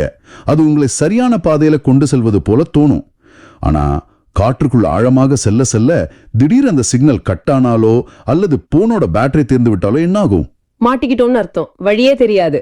ஆமா, அந்த நொடியே நீங்க அந்த பெருங்காட்டுல முற்றிலும் அனாதையா வழி தெரியாம நிற்பீங்க இல்லையா? மனித தலைவர்களை நம்புவதும் இப்படித்தான். அந்த சிக்னல் அப்படிங்கிறது தான் மனிதர்களுக்குள் ஓடும் மூச்சு. அந்த மூச்சு இருக்கும் வரை அவங்க பலசாலிகள். அது நின்னுட்டா நீங்க நடுத்தெருவுல தான் நிற்கணும். மிகவும் சிந்திக்க தூண்டும் ஒரு ஒப்பீடு இது. அந்த ஜிபிஎஸ் பேட்டரி தீருவது போலதான் மனிதர்களோட அதிகாரமும் ஒரு நொடியில தீர்ந்துவிடும். மனிதர்கள் மரணம் அடையும் போது மட்டுமல்ல, அவங்க உயிரோடு இருக்கும் போதே கூட அவங்களுடைய எண்ணங்கள் மாறலாம். கண்டிப்பா மாறும். நேற்று உங்களுக்கு ஆதரவா இருந்த ஒரு அதிகாரி இன்னைக்கு சுயநலத்துக்காக உங்களுக்கு எதிரா திரும்பலாம். நேற்று வாக்குறுதி அளித்த நண்பர் இன்னைக்கு சூழ்நிலை காரணமா உங்களுக்கு கைவிடலாம். மனிதர்களின் வாக்குறுதிகள் ஒருபோதும் நிரந்தரமானவை அல்ல. இதனாலதான் உன்னை மீட்க இயலாத மானிட மக்களை நம்ப வேண்டாம் அப்படின்னு திருவிவிலியம் மிக தெளிவா வழிகாட்டுது. ஆக அந்த GPS நம்பகமானது இல்லைன்னு தெரிஞ்சிடுச்சு. அப்படியானால் நாம எதை பின்பற்றி பயணம் செய்வது? நமது உண்மையான நம்பிக்கை எங்கே இருக்க வேண்டும்? இதற்கான மிகச் சரியான பதிலைத்தான் திருப்பாடலின் 5 மற்றும் 6 வசனங்கள் நமக்கு தருது. ஆமா, அதுல என்ன சொல்லிருக்கு? யாக்கோபின் இறைவனை தம் துணையாக கொண்டிருப்போர் பேறு பெற்றோர், தம் கடவுளாகிய ஆண்டவரையே நம்பியிருப்போர் பேறு பெற்றோர். அவரே விண்ணையும் மண்ணையும் கடலையும் அவற்றிலுள்ள யாவற்றையும் உருவாக்கியவர், என்றென்றும் நம்பிக்கைக்கு உரியவராயிருப்பவரும் அவரே. இந்த வசனங்கள் தான் இன்றைய நம்முடைய ஒட்டுமொத்த உரையாடலின் மையப்பொருள். மனிதர்கள் தரும் தற்காலிகமான சுயநலமான உதவிகளை விட ஆண்டவர் தரும் துணை எவ்வளவு வலிமையானது, உறுதியானது அப்படிங்கறத இது மிக ஆழமா பதிவு செய்யுது. இங்க எனக்கு ஒரு நியாயமான சந்தேகம் வருது. அதாவது இந்த வசனம் யாக்கோபின் இறைவனை தம் துணையாக கொண்டிருப்போர் அப்படின்னு சொல்லுது. திருவிவிலியத்துல எத்தனையோ பெரிய முன்மாதிரியான மனிதர்கள் இருக்காங்க இல்லையா? ஆமா, நிறைய பேர் இருக்காங்க. நம்பிக்கையின் தந்தை அப்படின்னு நம்ம போற்றும் ஆபிரகாம் இருக்காரு. எந்த மனிதராலும் செய்ய முடியாத அற்புதங்களை செய்து மாபெரும் சட்டங்களை கொடுத்த மோசே இருக்காரு. அவங்க பேரெல்லாம் விட்டுட்டு ஆண்டவரை ஏன் குறிப்பா அந்த இடத்துல யாக்கோபின் இறைவன் அழைக்கணும்? இது ஒரு மிகச்சிறந்த கேள்வி. ஏன்னா யாக்கோபு என்பவரை பற்றி நம்ம படிக்கும்போது அவர் ஆரம்பத்துல கொஞ்சம் தந்திரமான ஒரு மனிதரா, மனித முயற்சிகளை நம்பியவரா, பலவீனங்கள் நிறைந்தவரா தானே அறியப்படுறாரு. இது முரண்பாடாய் இல்லையா? இத நம்ம கூர்ந்து கவனிச்சாதான் இதோட உட்பொருள் புரியும். ஏன் யாக்கோபின் இறைவன்? நீங்க சரியா சொன்னீங்க. யாக்கோபு தன்னுடைய வாழ்க்கையின் பெரும்பாலான காலங்கள்ல தன் சொந்த அறிவையும் தந்திரங்களையும் மனித முயற்சிகளையும் மட்டுமே நம்பி வாழ்ந்த ஒரு மனிதர் தான். ஆமா, அண்ணனை ஏமாத்தினாரு. கரெக்ட். தன் அண்ணன் ஏசாவை தந்திரமாய் ஏமாற்றி ஆசீர்வாதத்தை பெற்றார். தன் மாமான் லாபான் கிட்டையும் பல வருடங்களா தந்திரமா போட்டி போட்டாரு. எல்லாவற்றையும் தன் கட்டுப்பாட்டுக்குள் வச்சிருக்க முடியும்னு அவர் நம்பினாரு. எல்லாம் தாரிவால செஞ்சிடலாம்னு நினைச்சாரு. ஆமா, ஆனா ஒரு கட்டத்துல இந்த மனித முயற்சிகள் தந்திரங்கள் எதுவுமே அவனுக்கு உதவ முடியாத ஒரு சூழ்நிலை உருவாச்சு. எப்போ ஏசா தன்னை அழிக்க பலிவாங்க பெரும் படையோடு வர்றாருன்னு கேள்விப்பட்டப்போ யாக்கோபின் அத்தனை தந்திரங்களும் உடைஞ்சு போச்சு. அவர் முற்றிலும் பயந்து போய் ஆதரவற்று நின்றாரு.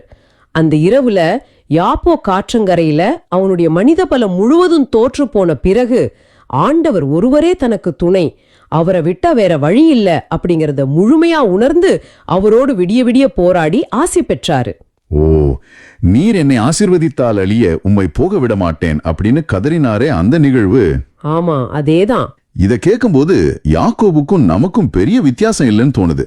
நாம பல நேரங்கள்ல ஆண்டவரை ஒரு பிரைமரி என்ஜினாக, அதாவது முதன்மை வழிகாட்டியா பார்க்காம ஒரு பேக்கப் பாராஷூட்டா, அதாவது கடைசியா ஆபத்துல உதவும் ஒரு மாற்று ஏற்பாடாகவே பார்க்கிறோம் இல்லையா? கண்டிப்பா, அதுதான் உண்மை. நமக்கு தெரிந்த மனிதர்களை, அதிகாரிகளை சொந்த புத்தியை எல்லாம் முழுமையா பயன்படுத்தி அவையெல்லாம் தோற்று போகும்போதுதான் வேறு வழியின்றி ஆண்டவரே நீர்தான் துணை அப்படின்னு யாக்கோபை போல வர்றோம். சரியா பிடிச்சிட்டீங்க. நாமும் யாக்கோபு போலதான் நம்முடைய சொந்த பலத்தையும் மனிதர்களையும் நம்பி ஓடிக்கிட்டு இருக்கோம். அதனால யாக்கோபின் இறைவன் அப்படின்னு திருப்பாடல் ஆசிரியர் இங்கு சொல்வதன் காரணம் என்னன்னா, ஆண்டவர் வெறும் குறையற்ற மனிதர்களுக்கு மட்டுமே கடவுள் அல்ல, பின்னையா இருக்கு நம்மை போன்ற பலவீனமான, தவறுகள் செய்கிற, தந்திரங்களை நம்பி ஏமாந்து இறுதியா கர்வமெல்லாம் உடைஞ்சு முழங்கால் படியிடும் சாதாரண மனிதர்களுக்கான கடவுளும் கூட அவரே அப்படிங்கறத உணர்த்தவே எல்லாவற்றையும் இழந்து நிற்கும் ஒரு மனிதனை அரவணைக்கும் கடவுள் அவர். அது மிகவும் ஆறுதலான ஒரு விளக்கம். நம்முடைய பலவீனங்களை அறிந்தும் அவர் நம்மை ஏற்றுக்கொள்றாரு அப்படிங்கிறது பெரிய நம்பிக்கை. மேலும் அடுத்த வசனத்துல அவரை படைத்தவர் அப்படின்னு மிக தெளிவாகவும் பிரம்மாண்டமாகவும் அறிமுகப்படுத்துது. அவரே விண்ணையும் மண்ணையும் கடலையும் அவற்றுள்ளுள்ள யாவற்றையும் உருவாக்கியவர். ஆமா, அவர் அனைத்தையும் படைத்தவர். நேர்களே, இதை சற்றே ஆழமா சிந்தித்து பாருங்க. நாம அன்றாடம் பார்த்து வியக்கும் பிரம்மாண்டமான வானம், பறந்து விரிந்த ஆழமான கடல், அதில் இருக்கும் கோடிக்கணக்கான உயிரினங்கள் அனைத்தையும் அவர் வெறுமனே தமது வார்த்தையினால் படைத்தாரு. அப்படிப்பட்ட அளவிட முடியாத எல்லையற்ற வல்லமை கொண்ட ஒரு படைப்பாளரை விட்டுட்டு நாம எப்படி வெறும் மண்ணால் உருவாக்கப்பட்ட நாளைக்கே அழிய போகும் சக மனிதர்களை நம்புகிறோம்? அது ஒரு மாயைதான். படைப்புகளை நம்புவதை விட அந்த படைத்தவரையே முழுமையா நம்புவது தானே ஒரு மனிதனின் உண்மையான ஞானம். நிச்சயமா, இதைவிட தெளிவா இதை விளக்க முடியாது. மனிதர்களுக்கும் ஆண்டவருக்கும் உள்ள அந்த மிகப்பெரிய நிரப்ப முடியாத வித்தியாசத்தை இந்த வசனத்தோட கடைசி வரி மிக அற்புதமா பதிவு செய்யுது. என்றென்றும் நம்பிக்கைக்குரியவராய் இருப்பவரும் அவரே. ஆமா, மனிதர்களின் எண்ணங்கள் மாறும், அவங்க அளித்த வாக்குறுதிகள் சூழ்நிலை மாறும்போது காற்றில் பறந்து போகும். அவர்களின் ஆவி பிரிந்தால் அவங்க மண்ணுக்கு திரும்புவாங்க. ஆனா ஆண்டவர் அப்படிப்பட்டவர் அல்ல. அவர் என்றென்றும், அதாவது காலங்களுக்கும் சூழ்நிலைகளுக்கும் அப்பாற்பட்டு எப்போதுமே நம்பிக்கைக்குரியவராய் இருக்காரு. உண்மைதான். அவர் ஒரு வாக்குறுதியை அளித்தால் அதை நிறைவேற்றாமல் விடமாட்டார். அவருடைய வார்த்தை ஒருபோதும் பொய்க்காது. மனிதர்கள் கைவிட்டாலும் அவர் ஒருபோதும் கைவிட மாட்டார்.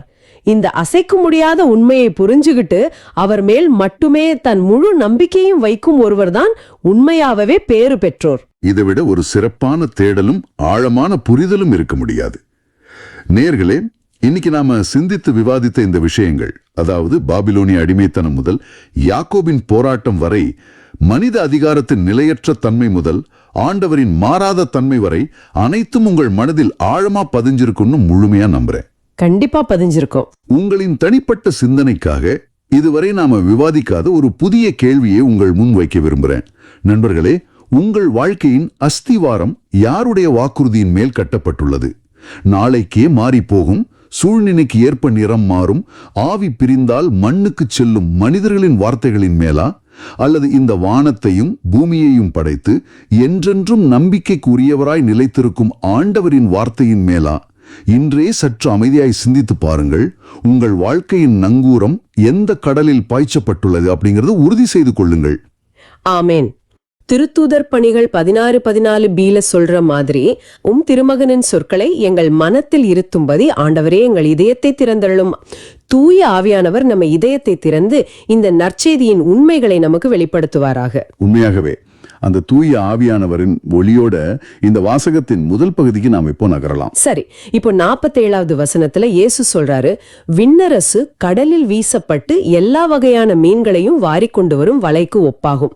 எனக்கு இங்க ஒரு பெரிய சந்தேகம் வருது. என்ன சந்தேகம்? கேளுங்க. இயேசு ஏன் குறிப்பா எல்லா வகையான மீன்களையும் வாரிக்கொண்டு வரும் வலை அப்படிங்கிற ஒரு உதாரணத்தை பயன்படுத்துறாரு? கடவுளுக்கு தெரியும்ல யாரு நல்லவங்க யாரு கெட்டவங்கன்னு. ஆமா. அப்புறம் ஏன் எல்லாத்தையும் ஒட்டு மொத்தமா அள்ளிக்கிட்டு வர ஒரு பெரிய வலைய பத்தி பேசணும்? சாதாரணமா ஒரு தூண்டில் போட்டோ இல்ல சின்ன வலை வீசியும் நல்ல மீனை மட்டும் தேடி பிடிக்கலாமே. இதுக்கு பின்னாடி என்ன இருக்கு? இது ரொம்ப நியாயமான ஒரு கேள்வி. தூண்டில் போட்டு தமக்கு தேவையானதை மட்டும் பிடிக்கிறதுக்கு கடவுளுக்கு கண்டிப்பா உரிமை இருக்கு. ஆனா அவர் அப்படி செய்யல. அது ஏன்? இத புரிஞ்சுக்க முதல் நூற்றாண்டு கலிலேய கடல் பின்னணிக்கு நம்ம போகணும். அந்த காலத்துல மீன் பிடிக்க பல வகையான வலைகளை பயன்படுத்தினாங்க. வீச்சு வலைன்னு ஒண்ணு இருக்கு, அதை மேலாப்புல வீசுவாங்க. ஆமா, ஒருத்தரே அதை ஈஸியா வீசிடலாம் இல்லையா? கரெக்ட். ஆனா இங்க நற்செய்தியாளர் மத்தேயு மூல மொழியான கிரேக்கத்துல சக்கீனே அப்படிங்கிற ஒரு குறிப்பிட்ட வார்த்தையை பயன்படுத்துறாரு.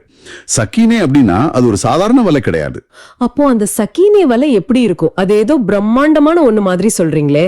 ஆமா, அது ஒரு பெரிய இழுவலை. அதாவது அடியில ஈய குண்டுகள் கட்டப்பட்டு மேல மிதவைகள் கட்டப்பட்ட ஒரு பிரம்மாண்டமான வலை. பாத்தீங்கன்னா சில நேரங்கள்ல இந்த வலை 1/2 கிலோமீட்டர் நீளம் கூட இருக்கும். 1/2 கிலோமீட்டரா? நிஜமாவா? ஆமா, 2 படகுகளுக்கு நடுவுல கட்டி இழுப்பாங்க. இல்லனா ஒரு முனைய கரையில கட்டிட்டு இன்னொரு முனைய படகுல கொண்டு போய் அரைவட்ட வடிவுல வளைச்சு பிடிப்பாங்க. ஓஹோ, அப்போ அந்த வலை கடல் முழுசும் பரவி இருக்கும். கரெக்ட். இந்த வலை கடலோட அடிமட்டம் வரைக்கும் ஒரு சுவர் மாதிரி போகும். அதை அப்படியே இழுத்துட்டு வரும்போது வழியில இருக்கிற எதையுமே அது ஒடுக்கிறது கிடையாது. எதையும் அது தப்ப விடாது. அதாவது அந்த வலையில எல்லாமே வந்துரும். ஆமா, நல்ல மீன், கெட்ட மீன், குப்பை கூளம்னு எல்லாமே அந்த வலைக்குள்ள வந்துரும். ஒரு நிமிஷம் இருங்க. அப்போ இந்த பெரிய சகினே வலையத்தான் இயேசு இறையாட்சிக்கு ஒப்பிடுறாரு. அது ஏன்? இறையாட்சினா அது ரொம்ப தூய்மையானது, புனிதம் நிறைஞ்சதுன்னு தானே நம்ம நினைச்சிட்டு இருக்கோம். இதுதான் இயேசு சொல்ற இறையாட்சியோட மிகப்பெரிய ஆச்சரியம். திருச்சபை அல்லது இறையாட்சி அப்படிங்கிறது ஒரு குறிப்பிட்ட நல்லவங்களுக்கு மட்டுமே சொந்தமான ஒரு தனிப்பட்ட குழு கிடையாது. ஓ, அப்போ அது ஒரு திறந்த அழைப்பு. ஆமா, அது தொடக்கத்துல எல்லாரையுமே அழைக்குது. இந்த வலையற நல்லவங்க, தீயவங்க, பலவிதமான குணாதிசயங்கள் கொண்டவங்க, வெவ்வேறு பின்னணியிலிருந்து வர்றவங்க, பாவிகள்னு எல்லாருமே இருக்காங்க. அதாவது ஆண்டவர் யாரையுமே நீ மட்டும் வா, நீ வராத அப்படின்னு பிரிக்கிறது இல்லையா? கண்டிப்பா இல்ல. எல்லாரையும் தன்னோட வலைக்குள்ள, அதாவது தன்னோட அன்புக்குள்ள அவர் அரவணிக்கிறாரு. கடவுளோட கிருபை அப்படிங்கிறது ஒரு பெரிய இழுவல மாதிரி. அது எந்த பாகுபாடும் காட்டாம எல்லாரையும் உள்வாங்குது. இத கேட்கும்போது எனக்கு ஒரு சிந்தனை வருது. இந்த சகிஹீன வலையை அப்படியே நம்ம நவீன உலகத்தோட ஒப்பிட்டு பார்த்தா இன்னைக்கு நம்ம வாழ்க்கையில இருக்கிற தகவல் பெருக்கம் கூட ஒரு பெரிய இழுவல மாதிரி தான் செய்யப்படுது. தகவல் பெருக்கமா? இதை இன்னும் கொஞ்சம் விளக்கமா சொல்ல முடியுமா? ரொம்ப சுவாரஸ்யமா இருக்கு. அதாவது நம்ம கைகள்ல இருக்கிற திறன் பேசிகள், செய்தித்தாள்கள், காணொளி தளங்கள் வழியா நம்ம மனசுக்குள்ள தினமும் எத்தனையோ விஷயங்கள் வந்து விழுது. ஆமா, நிறைய விஷயங்கள் நம்ம பாக்குறோம். நம்ம மனசுங்கிற வலையில ஒரு பக்கம் ஆன்மீக செய்திகளும் அன்பான வார்த்தைகளும் வருது. இன்னொரு பக்கம் வதந்திகள், வெறுப்பை உமிழும் கருத்துக்கள், போலியான செய்திகள்னு எல்லாமே ஒட்டுமொத்தமா வந்து விழுது. நம்ம மனசு ஒரு பெரிய சகீனே வலை மாதிரி. இது எல்லாத்தையும் உள்ளே இழுத்துக்குது. ரொம்ப சரியான ஒப்பீடு. ஒரு நாளோட முடிவுல பார்த்தா நம்ம மனசுக்குள்ள அத்தனை விஷயங்களும் கலந்து கிடக்குது. அதான் இப்போ இத கேட்டுக்கிட்டு இருக்கிற உங்களை பார்த்து நான் நேரடியா ஒரு கேள்வி கேட்க விரும்புறேன்.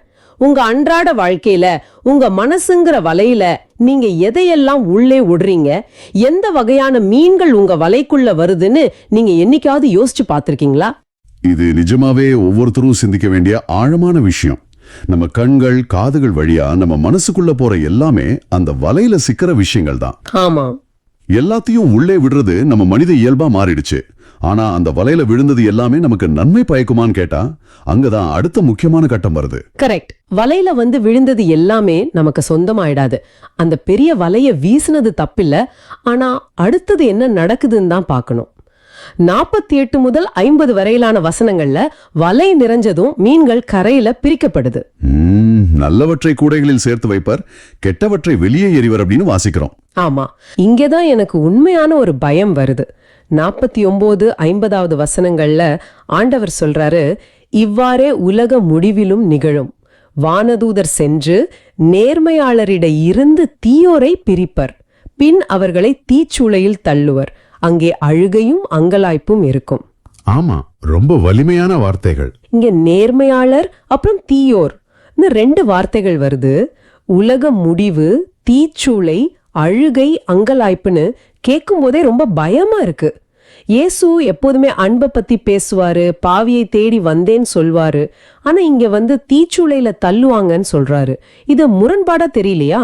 கண்டிப்பா நிறைய பேருக்கு இந்த வசனங்களை வாசிக்கும் போது இந்த முரண்பாடு தோணும். ஆனா இத நாம ஒரு பயமுறுத்தலா பார்க்க கூடாது. அப்புறம் எப்படி பாக்குறது? இத புரிஞ்சுக்க நீதி அப்புறம் பொறுப்புணர்வு அப்படிங்கிற கோணத்துல நாம பார்க்கணும். கடவுள் அன்பானவர், அதுல எந்த சந்தேகமும் இல்ல. அந்த அன்பின் வெளிப்பாடு தான் எல்லாரையும் உள்ள இழுத்த அந்த பெரிய வலை. ஆனா கடவுள் அன்பானவர் மட்டும் அல்ல, அவர் நீதியுள்ளவரும் கூட. அதாவது வலையில வந்துட்டோம், திருச்சபையில சேர்ந்துட்டோம், நாம ஞான ஸ்நானம் வாங்கிட்டோம் அப்படிங்கறதால மட்டும் நம்ம தப்பிச்சுக்க முடியாதுன்னு சொல்றீங்களா? மிகச்சரியான புரிதல். வலையில இருக்கிறது, அதாவது ஆண்டவரோட அழைப்பை ஏத்துக்கிட்டோம் அப்படிங்கிறது வெறும் ஆரம்பம் தான். ஆனா உள்ள வந்த பிறகு நம்ம வாழ்க்கை எப்படி இருக்கு, நாம நேர்மையாளரா இருக்கிறோமா இல்ல தீவிரா இருக்கிறோமா அப்படிங்கறது ரொம்ப முக்கியம். சரிதான். இந்த உலகத்துல சில சமயம் நல்லவங்களும் தீயவங்களும் ஒன்னாவே பயணம் பண்ற மாதிரி தோணும். அந்த வலையில ரெண்டும் ஒன்னாதானே இழுக்கப்படுது. ஆனா தீமை அப்படிங்கிறது நிரந்தரமானதல்ல. அப்போ அந்த தீச்சூளை அப்படிங்கிறது எல்லாம் குறிக்குது. இயேசு வாழ்ந்த காலத்துல பழைய எருசலேம் நகருக்கு வெளியில கெஹன்னா அப்படிங்கிற ஒரு பள்ளத்தாக்கு இருந்துச்சு. அது அந்த நகரத்தோட குப்பமேடு. அங்க எப்பவுமே நெருப்பு எரிஞ்சுக்கிட்டே இருக்கும். ஓ, குப்பைகளை எரிக்கிற இடம். ஆமா, தேவையற்ற குப்பைகள், இறந்த மிருகங்களின் உடல்கள் அங்க எரிக்கப்படும். இயேசு அந்த உருவகத்தை தான் இங்க பயன்படுத்துறாரு. அந்த தீச்சூளை அப்படிங்கிறது தீமைக்கான நிரந்தர அழிவை குறிக்குது. ஓஹோ, தேவையற்ற, பலனற்ற, மற்றவர்களுக்கு தீங்கு விளைவிக்கக்கூடிய விஷயங்கள் இறையாட்சியில நிரந்தரமா இருக்க முடியாது, அவை அழிக்கப்படும் அப்படிங்கிறது இது உணர்த்துது. இது தீயவர்களுக்கு எச்சரிக்கை என்றாலும் நேர்மையாளர்களுக்கு இது ஒரு நம்பிக்கை. ஓஹோ, அதாவது உலகத்துல இவ்வளவு அநியாயம் நடக்குதே, கடவுள் இதை பார்த்துக்கிட்டு சும்மாதான் இருக்காருன்னு நாம புலம்புறோம் இல்லையா? அதுக்கான பதில் இது. தற்காலிகமா எல்லாமே ஒன்னா இருக்கிற மாதிரி தெரிஞ்சாலும் இறுதியில நீதி நிலைநாட்டப்படும். தீமைக்கு ஒரு முடிவு இருக்கு. அந்த பிரித்தெடுத்தல் அப்படிங்கிறது நம்மள பயமுறுத்துறதுக்காக இல்ல, மாறா நீதி வெல்லும் அப்படிங்கிற நம்பிக்கையை தரதுக்காகன்னு எடுத்துக்கலாமா? 100% உண்மை. இத நவீன கால சவால்களுக்கு பொருத்தி பார்த்தோம்னா இதோட ஆழம் இன்னும் நல்ல புரியும். இன்னைக்கு நாம சந்திக்கிற தகவல் பெருக்கும், பலவிதமான கொள்கைகள், தார்மீக சவால்களுக்கு நடுவே நமக்கு பிரித்தறியும் வரம் ரொம்ப ரொம்ப முக்கியம். ஆமா, அந்த டிசர்ன்மெண்ட் வேணும். எது ஆண்டவருக்கு உகந்தது, எது உகந்தது அல்லன்னு பிரிச்சு பார்க்க தெரியணும். அதான் அந்த மீனவர் கரையில உட்கார்ந்து நிதானமா பிரிக்கிற மாதிரி நாமும் நம்ம வாழ்க்கையில தினமும் விழிப்போட இருந்து எதை ஏத்துக்கணும் எதை விளக்கணும்னு நிதானமா பிரிக்கணும். ஆமா, ஆண்டவர் நம்மளை தன் அன்பால் வலையில புடிச்சிட்டாரு. அது அவருடைய பெரிய கிருபை. ஆனால் அந்த வலைக்குள்ள வந்த நாம நற்செயல்கள் நிரம்பியவர்களாக இறையாட்சிக்கு உகந்தவர்களா மாறி கூடைக்கு செல்ல போகிறோமா இல்ல பலனற்றவர்களாக மாறி வெளியே வீசப்பட போகிறோமா அப்படிங்கறத நம்ம அன்றாட செயல்களே தீர்மானிக்கின்றன. நம்ம கையில தான் இருக்கு. கண்டிப்பா. இந்த நிமிஷம் நாம கேட்கிற ஒவ்வொரு வார்த்தையும் செய்யற ஒவ்வொரு செயலும் நம்மள அந்த கூடைக்கு தகுதியானவங்களா மாத்துதா அப்படிங்கறத ஒவ்வொருவரும் தங்களுக்குள்ளேயே கேட்டு பார்க்கணும். ரொம்ப தெளிவான விளக்கம். கடவுளோட அருளும் நம்மளோட செயலும் பொறுப்புணர்வும் இணைஞ்சுதான் அந்த முடிவை தீர்மானிக்குது. ஓகே, இது ஒரு பெரிய ஆழமான பாடம். இப்போ நாம இந்த வாசகத்தோட அடுத்த முக்கியமான பகுதிக்கு வருவோம். சரி, சொல்லுங்க. வலையையும் மீன்களையும் பேசிட்டு இருந்த இயேசு 51வது வசனத்துல திடீர்னு தன்னோட சீடர்களை பார்த்து இவற்றையெல்லாம் புளிந்து கொண்டீர்களா அப்படின்னு ஒரு நேரடியான கேள்வியை கேக்குறாரு. ஆமா, அவர் கேட்டாரு. சீடர்களும் எந்த தயக்கமும் இல்லாம ஆம் அப்படின்னு சொல்றாங்க. இப்போ இத கேட்டுக்கிட்டு இருக்கிற உங்களை பார்த்து நாமும் அதே கேள்வியை கேக்குறோம். நாமும் புரிஞ்சுக்கிட்டோமா? இது உண்மையிலே ஒவ்வொருத்தரும் தங்களை தாங்களே கேட்டுக்க வேண்டிய ஒரு முக்கியமான கேள்வி. ஆண்டவரோட வார்த்தைகளை ஏதோ காதுல வாங்கிட்டு கடந்து போகாம அது நம்ம உள்ளத்துல எந்த அளவுக்கு ஆழமா இறங்கி இருக்கு, அது நம்ம வாழ்க்கைய மாற்றுதா அப்படிங்கறத இங்க முக்கியம். சீடர்கள் புரிஞ்சுக்கிட்டோன்னு சொன்னதும் இயேசு உடனே 52வது வசனத்துல ஒரு புதுமையான உதாரணத்தை சொல்றாரு. ஆகையால் விண்ணரசு பற்றி கற்றுக்கொண்ட எல்லா மறைநூல் அறிஞரும் தம் கருவூலத்திலிருந்து புதியவற்றையும் பழையவற்றையும் வெளிக்கொணரும் வீட்டு உரிமையாளரை போல் இருக்கின்றனர். எனக்கு இங்க பெரிய குழப்பம் வருது. மீன் வலையில ஆரம்பிச்சு இப்போ திடீர்னு மறைநூல் அறிஞர், கருவூலம், பழையது புதியதுன்னு இயேசு தலைப்பை மாத்திர மாதிரி இருக்கே. இதோட உண்மையான அர்த்தம் என்ன? இயேசு இங்க என்ன சொல்ல வராரு? இதுதான் இயேசுவோட கற்பிக்கும் முறையில் இருக்கிற மிகப்பெரிய அழகு. இந்த வாசகத்தோட முத்தாய்ப்பான பகுதியே இதுதான் நான் சொல்வேன். இங்க இயேசு பயன்படுத்தி இருக்கிற வார்த்தைகளை கொஞ்சம் ஆழமா பார்க்கணும். சரி, பாப்போம். மறைநூல் அறிஞர் அப்படிங்கிறவங்க யாரு? அவங்க தான் யூத சமூகத்துல திருவிவிலியத்தை, அதாவது பழைய உடன்படிக்கையின் சட்டங்களை, இறைவாக்கினர்களின் இறைவாக்குகளை ரொம்ப ஆழமா படிச்சு அதை பாதுகாத்து மக்களுக்கு கற்றுக் கொடுத்தவங்க. ஆனா நற்செய்திகள்ல நாம அடிக்கடி பாக்குறோமே, இயேசுவுக்கும் இந்த மறைநூல் அறிஞர்களுக்கும் எப்ப பார்த்தாலும் ஒரு மோதல் இருந்துகிட்டே இருக்குமே. அப்போ எப்படி இயேசு ஒரு மறைநூல் அறிஞரை இறையாட்சிக்கு உதாரணமா காட்டுறாரு? ரொம்ப நுட்பமான கேள்வி. இயேசு எல்லா மறைநூல் அறிஞர்களையும் குறை சொல்லல. சட்டத்தை வெறும் சடங்கா மாத்தினவங்கள தான் அவர் எதிர்த்தார். ஓஹோ. ஆனா இங்க அவர் குறிப்பிடுறது விண்ணரசு பற்றி கற்றுக்கொண்ட மறைநூல் அறிஞரே, அதாவது இயேசுவோட சீடர்களாக மாறி அறிஞர்களை பத்தி பேசுறாரு. இப்போ இங்க பழையவை அப்படிங்கிறது எதை குறிக்குதுன்னா, இஸ்ரேல் மக்களின் மரபுகள், தொன்று தொட்டு வந்த நம்பிக்கைகள், திருவிவிலியத்தின் தொடக்க நூல், விடுதலை பயணம் போன்ற நூல்கள்ல உள்ள ஆண்டவர் கொடுத்த கட்டளைகள். ஓ, பழைய ஏற்பாட்டுல வருது எல்லாமே. ஆமா, இதையெல்லாம் அந்த மறைநூல் அறிஞர்கள் ரொம்ப பத்திரமா தங்களோட அறிவுக்குள்ள, அதாவது தங்களோட கருவூலத்துல பாதுகாத்து வச்சிருந்தாங்க. சரி, அப்ப புதியவை அப்படிங்கிறது இயேசு கொண்டு வந்த போதனைகள்னு எடுத்துக்கலாமா? ஆமாம், இயேசு வந்த பிறகு புதியவை உருவாகுது. அவர் கொண்டு வந்த எல்லையற்ற அன்பு, நிலைவாழ்வுக்கான தெளிவான வழி, மலைப்பொழிவின் போதனைகள் மற்றும் அவர் தன்னோட சொந்த இரத்தத்தால் ஏற்படுத்திய புதிய உடன்படிக்கை, இதுதான் அந்த புதியவை. இப்போ திருவிவிலியத்தை முழுமையாக புரிந்து கொண்ட ஒரு சீடர், அதாவது விண்ணரசு பற்றி கற்றுக்கொண்ட ஒரு அறிஞர் எப்படி இருப்பார்னா, அவர் இயேசுவை ஏற்றுக்கொண்ட பிறகு தன் பழைய மரபுகளை, பழைய உடன்படிக்கையை முற்றிலும் தூக்கி எறிவதில்லை. ஒரு நிமிஷம். இயேசு கண்ணுக்கு கண் பல்லுக்கு பல் என்று கூறியதை கேள்விப்பட்டிருக்கிறீர்கள். ஆனால் நான் உங்களுக்கு சொல்கிறேன், தீமையோடு எதிர்த்து நிற்க வேண்டாம் அப்படின்னு பழைய சட்டத்தை மாற்றி புதுசாதானே கொடுத்தாரு. ஆமா, கொடுத்தாரு. அப்போ புதியது வந்த பிறகு பழையதுக்கு என்ன வேலை? அதை ஒதுக்க வேண்டிதானே? இங்கதான் நாம ரொம்ப கவனமா இருக்கணும். இயேசு பழைய சட்டங்களை அழிக்க வரல, அதை முழுமைப்படுத்தவே வந்தாரு. பழைய உடன்படிக்கையோட தொடர்ச்சியும் அதோட உச்சகட்ட முழுமையும் தான் புதிய உடன்படிக்கை. ஓ, அழிக்கிறதுக்காக இல்ல, முழுமையாக்குறதுக்காக. கரெக்ட். பழைய வேர்கள் இல்லாம புதிய கிளைகளுக்கு அடிப்படை இல்ல. அதனால அந்த வீட்டு உரிமையாளர் ஒரு கருவூலத்தில் இருந்து, அதாவது ஒரு களஞ்சியத்தில் இருந்து தனக்கு தேவையானப்போ பழைய பொக்கிஷத்தையும் எடுக்கிறாரு, புதிய பொக்கிஷத்தையும் எடுக்கிறாரு. ரெண்டையும் இணைச்சு குடும்பத்துக்கு தேவையான உணவை கொடுக்கிற மாதிரி ஆண்டவரோட இறையாட்சிக்காக பயன்படுத்துறாரு. இதை இன்றைய நவீன கிறிஸ்துவர்களுக்கு பொருத்தி பார்த்தா இது எவ்வளவு அருமையான நடைமுறை பயன்பாட மாறுது பாருங்க. இன்னைக்கு இருக்கிற காலகட்டத்துல குறிப்பா இளைய தலைமுறையினர் நிறைய சவால்களை சந்திக்கிறாங்க. ஆமா, நிறைய குழப்பங்கள் இருக்கு. ஒரு பக்கம் அவங்களோட பாரம்பரியம், குடும்பத்துல பெற்றோர் கற்றுக் கொடுத்த பழைய வாழ்வியல் விழுமியங்கள், தொன்று தொட்டு வரும் திருச்சபையின் ஜெபமுறைகள் இருக்கு. இன்னொரு பக்கம் இன்றைய காலகட்டத்திற்கு தேவையான புதிய சிந்தனைகள், நவீன அறிவியலின் வளர்ச்சி, உலகளாவிய பார்வைகளும் இருக்கு. இத ரெண்டையும் எப்படி சமநிலைப்படுத்தணும் அப்படிங்கிறதுக்கு இந்த வசனம் ஒரு அருமையான வழிகாட்டியா இருக்குல்ல? நிச்சயமா. பழசும் தேவை, புதுசும் தேவை. ரெண்டையும் இறையாட்சிக்காக பயன்படுத்தணும் அப்படிங்கறதும் இதோட ஆழமான செய்தி. ஒரு விவேகமுள்ள வீட்டு உரிமையாளர் பழைய நெல்லையும் சமைப்பார், புது அரிசியும் சமைப்பார். அருமையான உதாரணம். அதே போல நம்ம முன்னோர்கள் சொல்லிக் கொடுத்த மாலை நேர ஜெப முறைகள், ஏழைகளுக்கு உதவுற மனப்பான்மை, விட்டு கொடுக்கும் குடும்ப உறவுகள், அசையாத விசுவாசம், இதெல்லாம் நம்மளோட பழைய பொக்கிஷங்கள். அதை நாம இது பழசு, இது நமக்கு செட் ஆகாதுன்னு எந்த காலத்திலயும் ஒதுக்க கூடாது. அதுதான் நம்ம வேர். அதே நேரத்துல நம்ம புதிய உலகத்துல இருக்கிற நல்ல விஷயங்களையும் நாம ஏத்துக்கணும். கண்டிப்பா. இன்னைக்கு இருக்கிற நவீன தொழில்நுட்பங்கள், கைகளில் இருக்கும் திறன்பேசிகள், புதிய அணுகுமுறைகள், இதெல்லாம் புதியவை. இதையும் நாம தீமையானதுன்னு முற்றிலும் ஒதுக்க முடியாது. ஒரு விவேகமுள்ள வீட்டு உரிமையாளர் எப்படி பழையதையும் புதியதையும் பயன்படுத்துறாரோ, அதே போல நாம நம்ம பாரம்பரிய விசுவாசத்தோட ஆழத்துல உறுதியா நின்னுகிட்டு இந்த நவீன கருவிகளை ஆண்டவரோட அன்பையும் நற்செய்தியையும் பரப்ப பயன்படுத்தணும். ரொம்ப சரி. வேர்கள் பழசாக இருந்தாலும் அதுல பூக்கும் பூக்கள் அந்தந்த காலத்துக்கு ஏற்ற மாதிரி புதிதாக இருக்கணும். ரொம்ப அருமையா சொன்னீங்க. பழைய வேர்கள் ஸ்ட்ராங்கா இருக்கணும், ஆனா புதிய கிளைகள் விரிவடையணும். அப்போதான் மரம் செழிப்பா வளரும். பழைய உடன்படிக்கையின் நீதியும் புதிய உடன்படிக்கையின் அன்பும் எப்படி இணைஞ்சிருக்கோ, அதே மாதிரி நம்ம வாழ்க்கையிலையும் பழைய வாழ்வியல் விழுமியங்களும் புதிய அணுகுமுறைகளும் ஒன்றிணையணும். இதுதான் முழுமையான கிறிஸ்துவ வாழ்வு. நீங்க சரியா சுருக்கி சொல்லிட்டீங்க. அதுதான் உண்மையான இறையாட்சியின் கருவோலம். இன்னைக்கு நாம இந்த நற்செய்தி வாசகத்தின் வழியா நிறைய விஷயங்களை பத்தி விரிவா பேசணும். ஆமா, நிறைய சிந்தனைகள் பார்த்தோம்.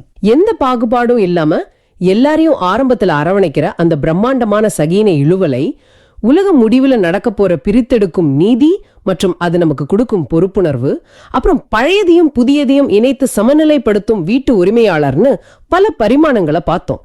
இதை கேட்டுக்கிட்டு இருக்கிற உங்களுக்கு ஒரு ஆழமான சிந்தனையை நான் முன்வைக்க விரும்புறேன். இன்னைக்கு நீங்க உங்களோட ஆன்மீக பயணத்துல ஒரு வீட்டு உரிமையாளரா நிக்கிறீங்க. உங்க அனுபவங்கிற பழைய பொக்கிஷத்தையும் ஆண்டவர் இன்னைக்கு உங்களுக்கு கொடுக்கிற புதிய அருளையும் ஒன்னா சேர்த்து உங்களை சுத்தி இருக்கிறவங்களுக்கு அது எப்படி பகிர்ந்தளிக்க போறீங்கன்னு கொஞ்சம் அமைதியா யோசிச்சு பாருங்க. கண்டிப்பா யோசிக்க வேண்டிய விஷயம். நீங்க வலையிலிருந்து பிரிக்கப்படுற வெறும் மீன் மட்டுமல்ல, ஆண்டவரோட பொக்கிஷங்களை வெளிக்கொண்டரும் பொறுப்புள்ள உரிமையாளரும் கூட. அந்த பொறுப்பை நம்ம எப்படி செய்ய போறோம்? ரொம்ப அற்புதமான ஒரு சிந்தனை. இங்கே ஒரு பெரிய முரண்பாடு வருது. வானதூதர்கள் தான் உலக முடிவுல நல்லதையும் கெட்டதையும் பிரிப்பாங்கன்னு நற்செய்தி சொல்லுது. ஆமா. அப்படின்னா வலையில விழுந்த பிறகு நல்ல மீனா கெட்ட மீனான்னு முடிவு செய்யறது நம்ம கையில இல்லையா? நாம ஏன் இப்போ கவலைப்படணும்? வலையில அகப்பட்ட மீனுக்கு தன் விதிய மாத்திர சக்தி இல்லாம இருக்கலாம். ஆனா நாம மீன்கள் கிடையாது, நாம சிந்திக்கும் மனிதர்கள். அப்போ ஆண்டவர் நமக்கு பகுத்தறியும் திறனை கொடுத்திருக்காருன்னு சொல்றீங்களா? ஆமாம். அந்த வானதூதர்கள் பிரிக்கிற இறுதி தீர்ப்புக்கு முன்னாடி ஒவ்வொரு நாளும் மனசுக்குள்ள வர்ற வலைய நாமே பிரிக்க வேண்டிய பொறுப்பு நமக்கு இருக்கு. இது ரொம்ப முக்கியமான ஒரு பாயிண்ட். இந்த பொறுப்பை தான் திருத்தந்தை பிரான்சிஸ் அவங்க ஆகஸ்ட் 31, 2022 கொடுத்த பொதுமறை கல்வி உரையில ரொம்ப ஆழமா கையாண்டிருக்கார். திருத்தந்தை இந்த பகுத்தறிதல், அதாவது டிசர்ன்மெண்ட்டை பத்தி என்ன சொல்றார்? இதை நம்ம எப்படி செய்யறது? நற்செய்தியில வர்ற அந்த மீனவர்கள் வலையில உள்ள மீன்களை பிரிக்கும் போது குருட்டுத்தனமா எதையோ தூக்கி எறியறதில்ல. திருத்தந்தை சொல்றார், நல்ல மீன்களை தேர்ந்தெடுக்க எப்படி அறிவாற்றலும் திறனும் விருப்பமும் தேவையோ அதே போலதான் நம் அன்றாட வாழ்வில் நாம் செய்யும் முடிவுகளும். ஓ, அப்போ பகுத்தறிதல்ங்கிறது தானா நடக்கிற ஒரு மேஜிக் இல்ல. கண்டிப்பா இல்ல. அது ஒரு கலை, அதுக்கு உழைப்பு தேவை. திருத்தந்தையோட அந்த உரையிலிருந்து ரொம்ப யதார்த்தமான ஒரு வரிய நான் இங்க நேயர்களுக்காக சொல்ல விரும்புறேன். சொல்லுங்க. நாம் அனைவரும் முடிவுகள் எடுக்க வேண்டும். நமக்காக வேறு யாரும் அதை செய்ய முடியாது. என் கணவர் முடிவெடுத்தார், என் மனைவி முடிவெடுத்தார், என் சகோதரன் முடிவெடுத்தார், அதனால் நான் இதை இழந்தேன் என்று நாம் சொல்ல முடியாது. எவ்வளவு உண்மையான வார்த்தைகள். இதை கொஞ்சம் கற்பனை செஞ்சு பாருங்க. ஒரு மீனவன் ராத்திரி பூரா கடல்ல கடுமையா உழைக்கிறான். காலையில வலையை இழுக்கும் போது அவனுக்கு பிடிக்காத மீன்களை அல்லது விற்க முடியாத ஆனா எடை அதிகமா இருக்கிற மீன்களை தூக்கி எறியும் போது அவனுக்கு லாபத்துல நஷ்டம் ஏற்படுது இல்லையா?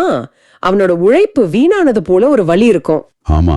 அன்றாட வாழ்க்கையில இதை பொருத்தி பார்த்தா சில கெட்ட பழக்கங்களை இல்லைன்னா நம்மள தவறான பாதைக்கு அழைச்சிட்டு போற சில நண்பர்களை நம்ம வெட்டி எறிய நினைக்கும் போது நமக்கு ஒரு தனிமை ஏற்படும். தற்காலிகமா ஒரு பெரிய இழப்பு அல்லது வலி வரலாம். அதை தாங்கிக்க முடியாம தான் பல பேரை அந்த கெட்ட மீன்களை வலையிலே வச்சுக்கிறாங்க.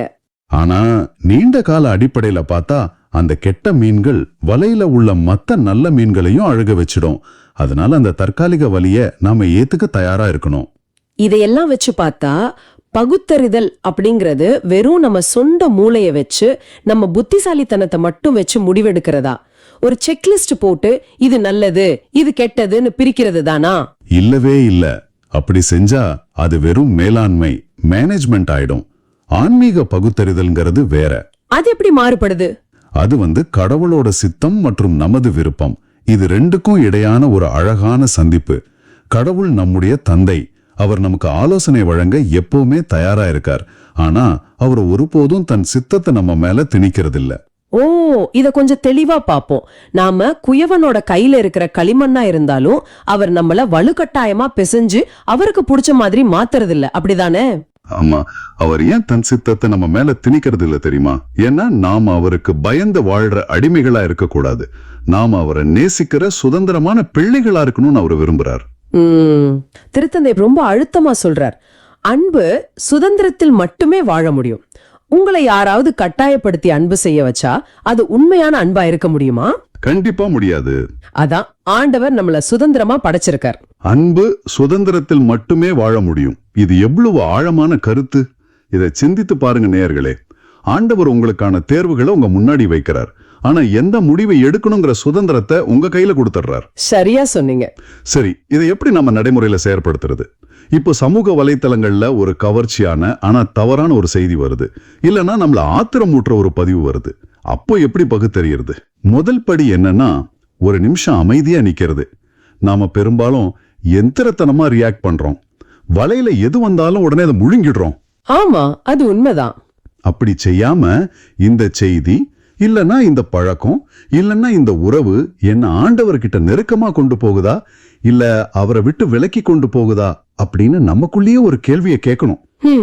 ஆண்டவர்கிட்ட ஜெபத்துல, ஆண்டவரே இதை நான் எப்படி பார்க்கணும், எனக்கு உமது ஞானத்தை தாரும் அப்படின்னு கேட்கணும். அதாவது அந்த களிமண் எப்படி குயவனோட கைகளுக்கு தன்னை மென்மையா ஒப்பு கொடுக்குதோ அது போல நம்ம பிடிவாதங்களை விட்டுட்டு ஆண்டவரோட குரலுக்கு செவி சாய்க்கும் நிகழ்வு தன்மை நமக்கு வேணும். ஆமா, இதத்தான் நம்ம தொடக்கத்துல சொன்ன அந்த கம்ப்யூட்டர் புரோகிராம் நிகழ்வோட ஒப்பிடலாம்.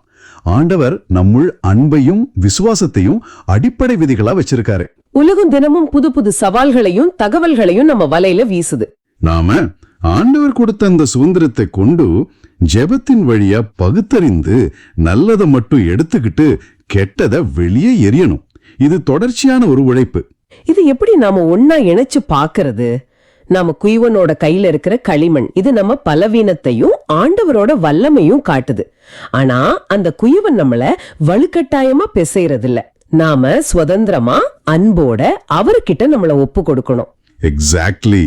அப்படி ஒப்பு கொடுக்கும் போது நாம உயிரற்ற மண்ணா இல்லாம அவரோட கரங்கள்ல நெகிழ்ந்து கொடுக்கிற பிள்ளைகளா மாறுறோம். அப்படி நாம ஆண்டவர்கிட்ட நம்மள ஒப்பு கொடுக்கும் போது உலகமாகிய கடல்ல வீசப்பட்ட வலையில நாம இருந்தாலும் பகுத்தறியும் ஞானத்தை அவர் நமக்கு தர்றார். பழைய ஏற்பாட்டுல களிமண்ணா இருந்த நாம புதிய ஏற்பாட்டுல சிந்திக்கும் பகுத்தறியும் திறன் கொண்ட விசுவாசிகளா உருமாறுறோம். சுதந்திரமா அவரை தேடிச் செல்லும் பிள்ளைகளா மாறுறோம். நேயர்களே, இன்னைக்கு உங்களுக்கான ஒரு சவாலோட இந்த நிகழ்ச்சியை நாங்க நிறைவு செய்ய விரும்புறோம். இன்னைக்கு நீங்க உங்களை சுற்றியுள்ள விஷயங்களை, உங்க உறவுகளை, நீங்க கேட்கிற செய்திகளை பகுத்தாராயும் போது ஆண்டவர் உங்க வலையல்ல எதை வச்சுக்க சொல்றார், எதை தூக்கி எறிய சொல்றார், உங்களுக்காக உங்க முடிவுகளை யார் எடுக்கிறாங்க, சற்றே சிந்தித்து பாருங்க. நீங்களாவே முன் வந்து குவையனோட கரங்கள்ல உங்க வாழ்க்கைய ஒரு களிமண்ணை போல கொடுங்க. அவர் உங்களை மிகச்சிறந்த படைப்பா மாத்துவார். ஆமாம், நிச்சயமா. இந்த நேரத்துல இன்னைக்கு நாம சிந்தித்த இந்த ஆழமான வார்த்தைகளுக்காக ஒரு சிறிய ஜெபத்தை ஏறெடுப்போம். அன்பான ஆண்டவரே, இந்த நாளின் வாசகத்தின் வழியாய் எங்களோடு நீர் பேசியதற்காக நன்றி. நன்றி ஆண்டவரே. உமது இறையாட்சியின் வலையில் எங்களை எந்த வேறுபாடும் இன்றி உமது கிருபையால் அழைத்திருக்கிறீர். நாளும் எங்கள் வாழ்வை சீர்தூக்கி பார்த்து உமக்கு உகந்த நல்ல மீன்களாக நற்செயல்களோடு வாழ எங்களுக்கு பிரித்தெரியும் வரத்தை தாரும். ஆமாம் ஆண்டவரே. பழைய மரபுகளின் மாண்பையும் புதிய காலத்தின் சவால்களையும் உமது அருளால் எதிர்கொண்டு விண்ணரசின் பொக்கிஷங்களை உலகிற்கு பகிரும் விவேகமுள்ள கருவிகளாக எங்களை மாற்றியருளும். மனிதர்களை நம்பி, அதிகாரத்தை நம்பி ஏமாந்து வழி அறியாம மனம் உடைந்து போயிருக்கும் ஒவ்வொரு நேயருக்காகவும் நாங்க ஜெபிக்கிறோம். மனிதர்களுடைய அதிகாரமும் வாக்குறுதிகளும் வெறும் மாயை என்பதையும், நீர் மட்டுமே என்றென்றும் நிலையானவர், நம்பிக்கைக்கு உரியவர் என்பதையும் அவங்க முழுமையா உணர்ந்து கொள்ள உமது தூய ஆவியானவர் அவங்களுக்கு உதவ வேண்டும் என்று மன்றாடுகிறோம்.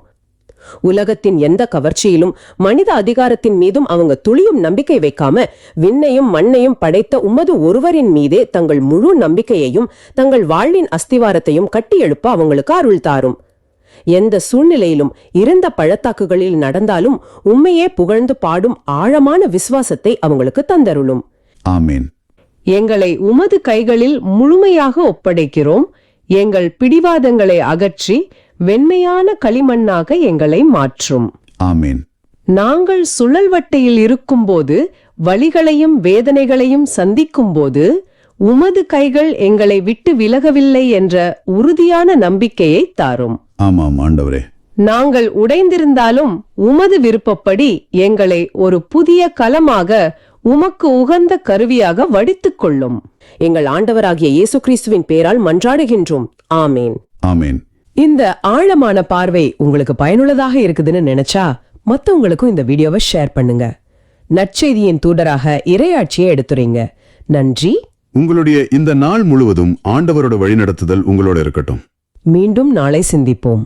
இயேசுவுக்கே புகழ். அன்னை மரியே வாழ்க. இயேசுவுக்கே புகழ். அன்னை மரியே வாழ்க.